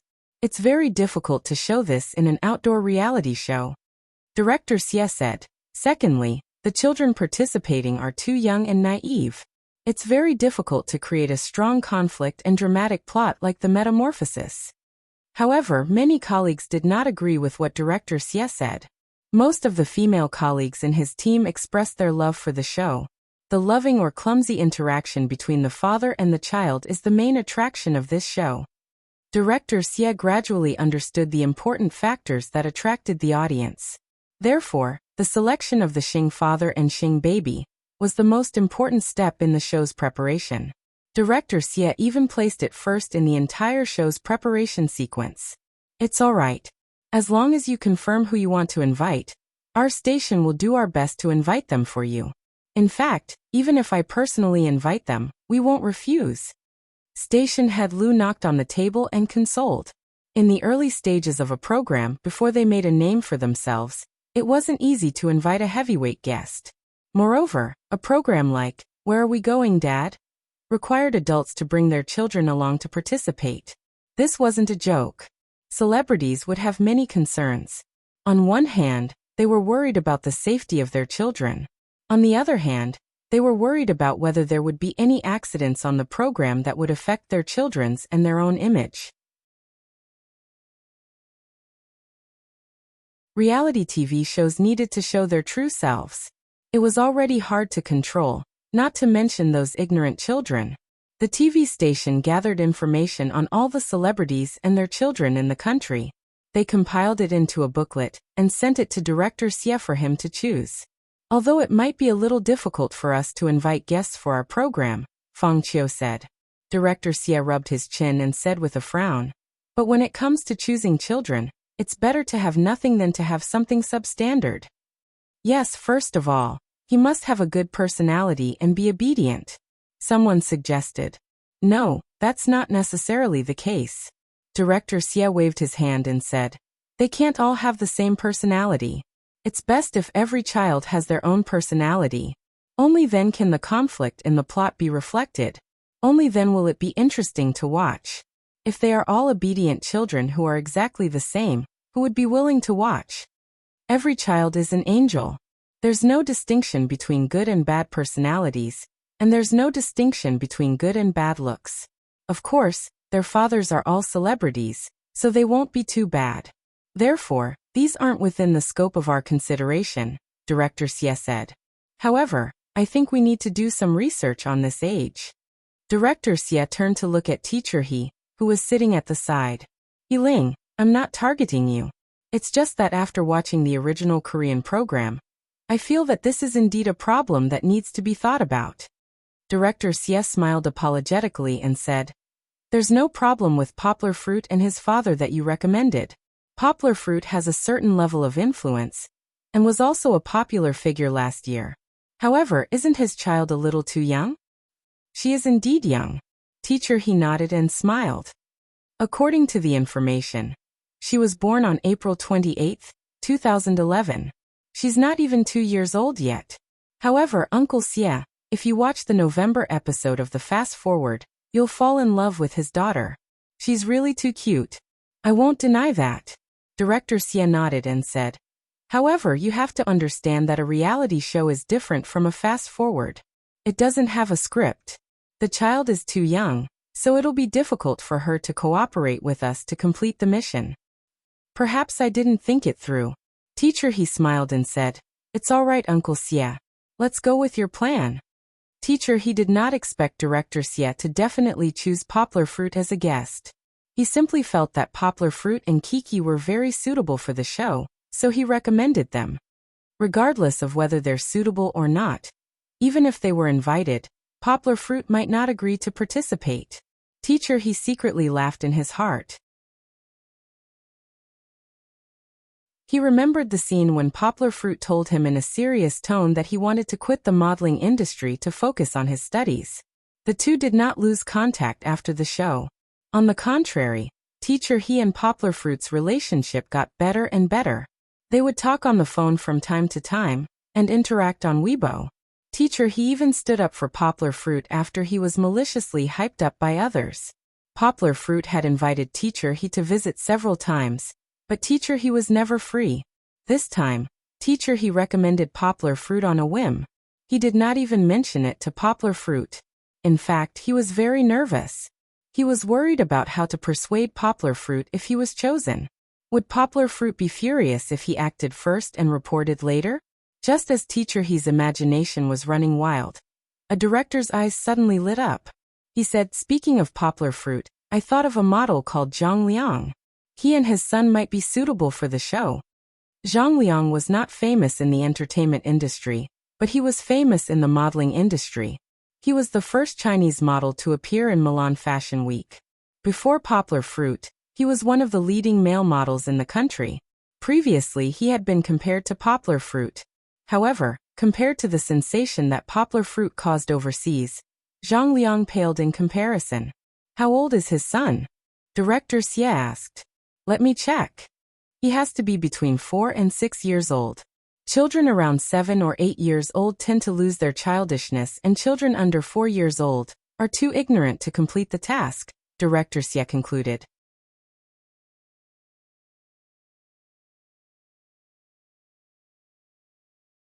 Chapter 925. After hesitating for a long time, Fong Beibei bit her lower lip and asked Poplar Fruit, Do you really want to go? Poplar Fruit also sat up cross-legged, and the two of them sat facing each other on the bed. He scratched his head and said, I didn't want to go so early, but didn't the news of our conflict appear on the internet from time to time? My mom was worried, so she kept asking me to bring someone back to see you no matter what. Then I thought that we are getting along quite well. Poplar Fruit pulled Fong Beibei's small hand that was holding the quilt and put it in his big palm. He smiled and said, Although we haven't reached the stage of talking about marriage, we are all aiming to get married in the future, aren't we? It's not a bad thing to see each other's families, right? Sooner or later, we will have to see each other. I'm still at your house. Poplar Fruit laughed and said, Weren't you chased out by your parents with a broom? Don't talk about my parents like that. Fong Beibei pinched the flesh in Poplar Fruit's palm and said angrily, I didn't say that I don't want to go, I'm just scared. What if your mom doesn't like me? Fong Beibei lowered her head and said in a voice as soft as a mosquito. Silly, why wouldn't she like you? Poplar Fruit laughed. You have a gentle, virtuous, kind, and cute personality, so you are the best candidate for a wife in her heart. Let me tell you, my mom raised my sister based on you, but unfortunately, my sister has a strong personality, so now she is the one who makes the decisions at home. Fong Beibei couldn't help but laugh. When she laughed, the corners of her mouth were slightly raised, which made Poplar Fruit's heart beat faster. He couldn't resist the love in his heart. He leaned forward and leaned his head slightly to the side. He stretched out his hands and pressed them on Fong Beibei's shoulders. Just as Fong Beibei raised her head, Poplar Fruit gently kissed the corner of her mouth without moving his tongue. It was just a gentle kiss. Fong Beibei was kissed by Poplar Fruit until her body went limp. Her arms hung down weakly, and she raised her head. Her eyes were blurred, and her hair fell down like a black waterfall. In the end, she was pressed down on the bed by Poplar Fruit. The two of them lay facing each other, gently feeling each other's breathing. Uncle, Fong Beibei said in a muffled voice, I still have a cold. I'm fine. It's best if you pass your cold to me, then you'll be healthy. Poplar Fruit smiled, his right hand gently stroking Fong Beibei's back through her soft long hair. I've decided. Fong Beibei's two hands grabbed Poplar Fruit's left hand, and said with a grin, I agree to go home with you. Really? Poplar Fruit was overjoyed. He pulled his girlfriend into his embrace and said with a smile, That's great. Don't be happy so early. Fong Beibei giggled. She patted Poplar Fruit's chest and said, If you want to bring me home, you have to convince my parents first. Poplar Fruit let out an ah sound, and then asked with a puzzled look, Isn't it just 998? Go to hell. Fong Beibei unhappily clenched her two small fists and punched Poplar Fruit's body. Ha ha ha ha. Just when they were having a good time, Father Fong and Mother Fong below began to get restless, especially Mother Fong. This was especially true for Mother Fong. After Chi-Chi finished eating the melon, she refused to curl up in her grandmother's arms. She struggled to get Mother Fong to release her, so that she could study the little ants on the ground. Mother Fong then began to ramble on and on with Father Fong. Old Fong, why do you think this Poplar Fruit has been up there for so long and hasn't come down yet? After asking a few questions, Mother Fong saw that Father Fong was still digging around with his bag of melon seeds. She pushed his shovel and said, Hey Old Fong, I'm talking to you. Are you listening? What? Father Fong finally reacted. He turned his head and asked unhappily. Mother Fong repeated her question. Hey, why are you always so worried? Didn't I just say it? Poplar Fruit, go up and give Beibei some water to drink. Father Fong waved his hand and said, Give her water to drink for more than an hour? In fact, less than half an hour had passed, but Mother Fong said impatiently, Is your daughter a human or a water buffalo? An hour? Father Fong was shocked and asked. He was busy with his melon planting just now. How could he have the time to calculate the time? Oh, you just found out. Mother Fong said disdainfully. You should just fall into this pit. Then why don't you ask him to come down? Father Fong said. You do it. Your daughter is the son-in-law you invited. Mother Fong said righteously. Father Fong was speechless. He squatted down again and said in a muffled voice, Forget it, young man. Give them more space. Don't disturb them all the time. Hey you. Mother Fong was really angry with this old man. She waved her hand, shook her head and snorted. You only know how to be lazy. Okay, I'll ask him to come down.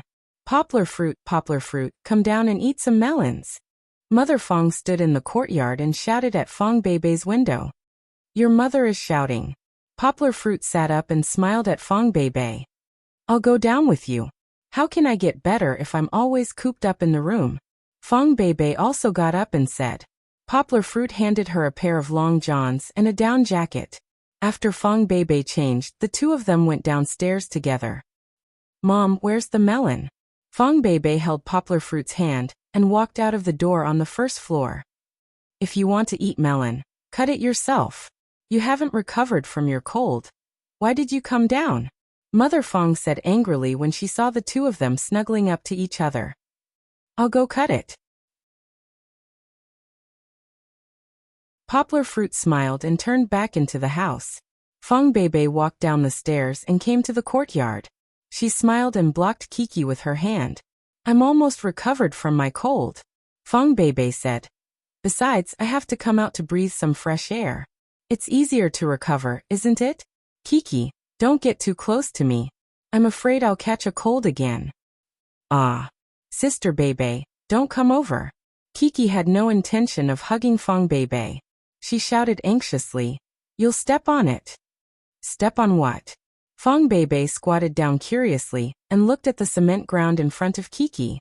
It turned out to be a long line of ants. She didn't know what they were busy with. Humph. Mother Fong snorted and didn't say anything. Kiki, what are these ants doing? Fong Beibei touched Kiki's little head and helped her pull the scarf around her neck. Otherwise, the scarf would be stained with mud. Ants, they're moving. Kiki thought for a long time. Finally, she looked at Mother Fong and confirmed. They weren't moving. Mother Fong just casually said it. She didn't expect the little girl to believe it.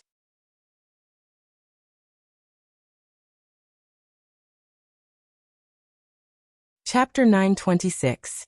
Originally, Mother Fong was the one who called Poplar Fruit down to eat the melons, but in the end, it was Poplar Fruit who went to cut the melons. After he brought them out, Mother Fong and Father Fong unceremoniously came up to eat the melons. Anyway, the whole yard was eating melons, not watermelons, but sweet and delicious cantaloupe. Other than Chi-Chi, Chi-Chi had already eaten a large piece just now. Her stomach was full, and she had no desire to eat more. Ahem, Uncle Auntie, Poplar Fruit finally couldn't help but say. There's something I want to discuss with you. What is it? Just say it. Father Fong spat out a melon seed and said, You're not an outsider now. Mother Fong snorted coldly, expressing her dissatisfaction with Father Fong's last sentence, but she didn't say anything. Poplar Fruit scratched his head and braced himself to say, It's like this. This year, I want to bring Beibei home for the Chinese New Year. There was silence. Poplar Fruit realized that after he said that, the only sound left was the sound of breathing and Fong Beibei's occasional sniffling. And Kiki squatting at the side, muttering something to a group of ants. What did you say? Mother Fong's gaze was like a knife, staring straight at Poplar Fruit as she asked. Poplar Fruit's forehead was dripping with sweat as he said, It's like this, but before Poplar Fruit could repeat himself, Mother Fong pressed on and asked, It's the Chinese New Year, and my daughter doesn't stay at home, but goes home with you to be bullied? If she's not bullied, why would she be bullied? Poplar Fruit waved his hand and quickly explained, My family is very nice, and they definitely like Beibei. With me around, I definitely won't let Beibei be bullied. But she still can't go home with you. How long have you been dating? Father Fong couldn't help but say. Although he liked Poplar Fruit, he knew nothing about Poplar Fruit's family. Dad, Poplar Fruit has already returned home to see you too. What's wrong with me going back to see his parents? Fong Beibei, who was squatting beside Kiki and pretending that nothing had happened, couldn't hold back anymore. She stood up and said, Now that you've grown up, you don't want to go home anymore, do you? Mrs. Fong placed the cantaloupe in her hand on the table. Wiping her tears, she asked, For so many years, you've always spent the New Year at home. This year, you're going to leave your parents alone and ignore them? Although it was a reproach, Mother Fong's tone was sorrowful. Not only Fong Beibei, but even Poplar Fruit felt sad. Fong Jingji's father sighed and turned his head to the other side. Fong Beibei walked to her mother's side and held her hand. She wanted to comfort her mother, but her eyes were red. She glanced at Poplar Fruit and didn't know what to say. Poplar Fruit realized that he had been a little thoughtless.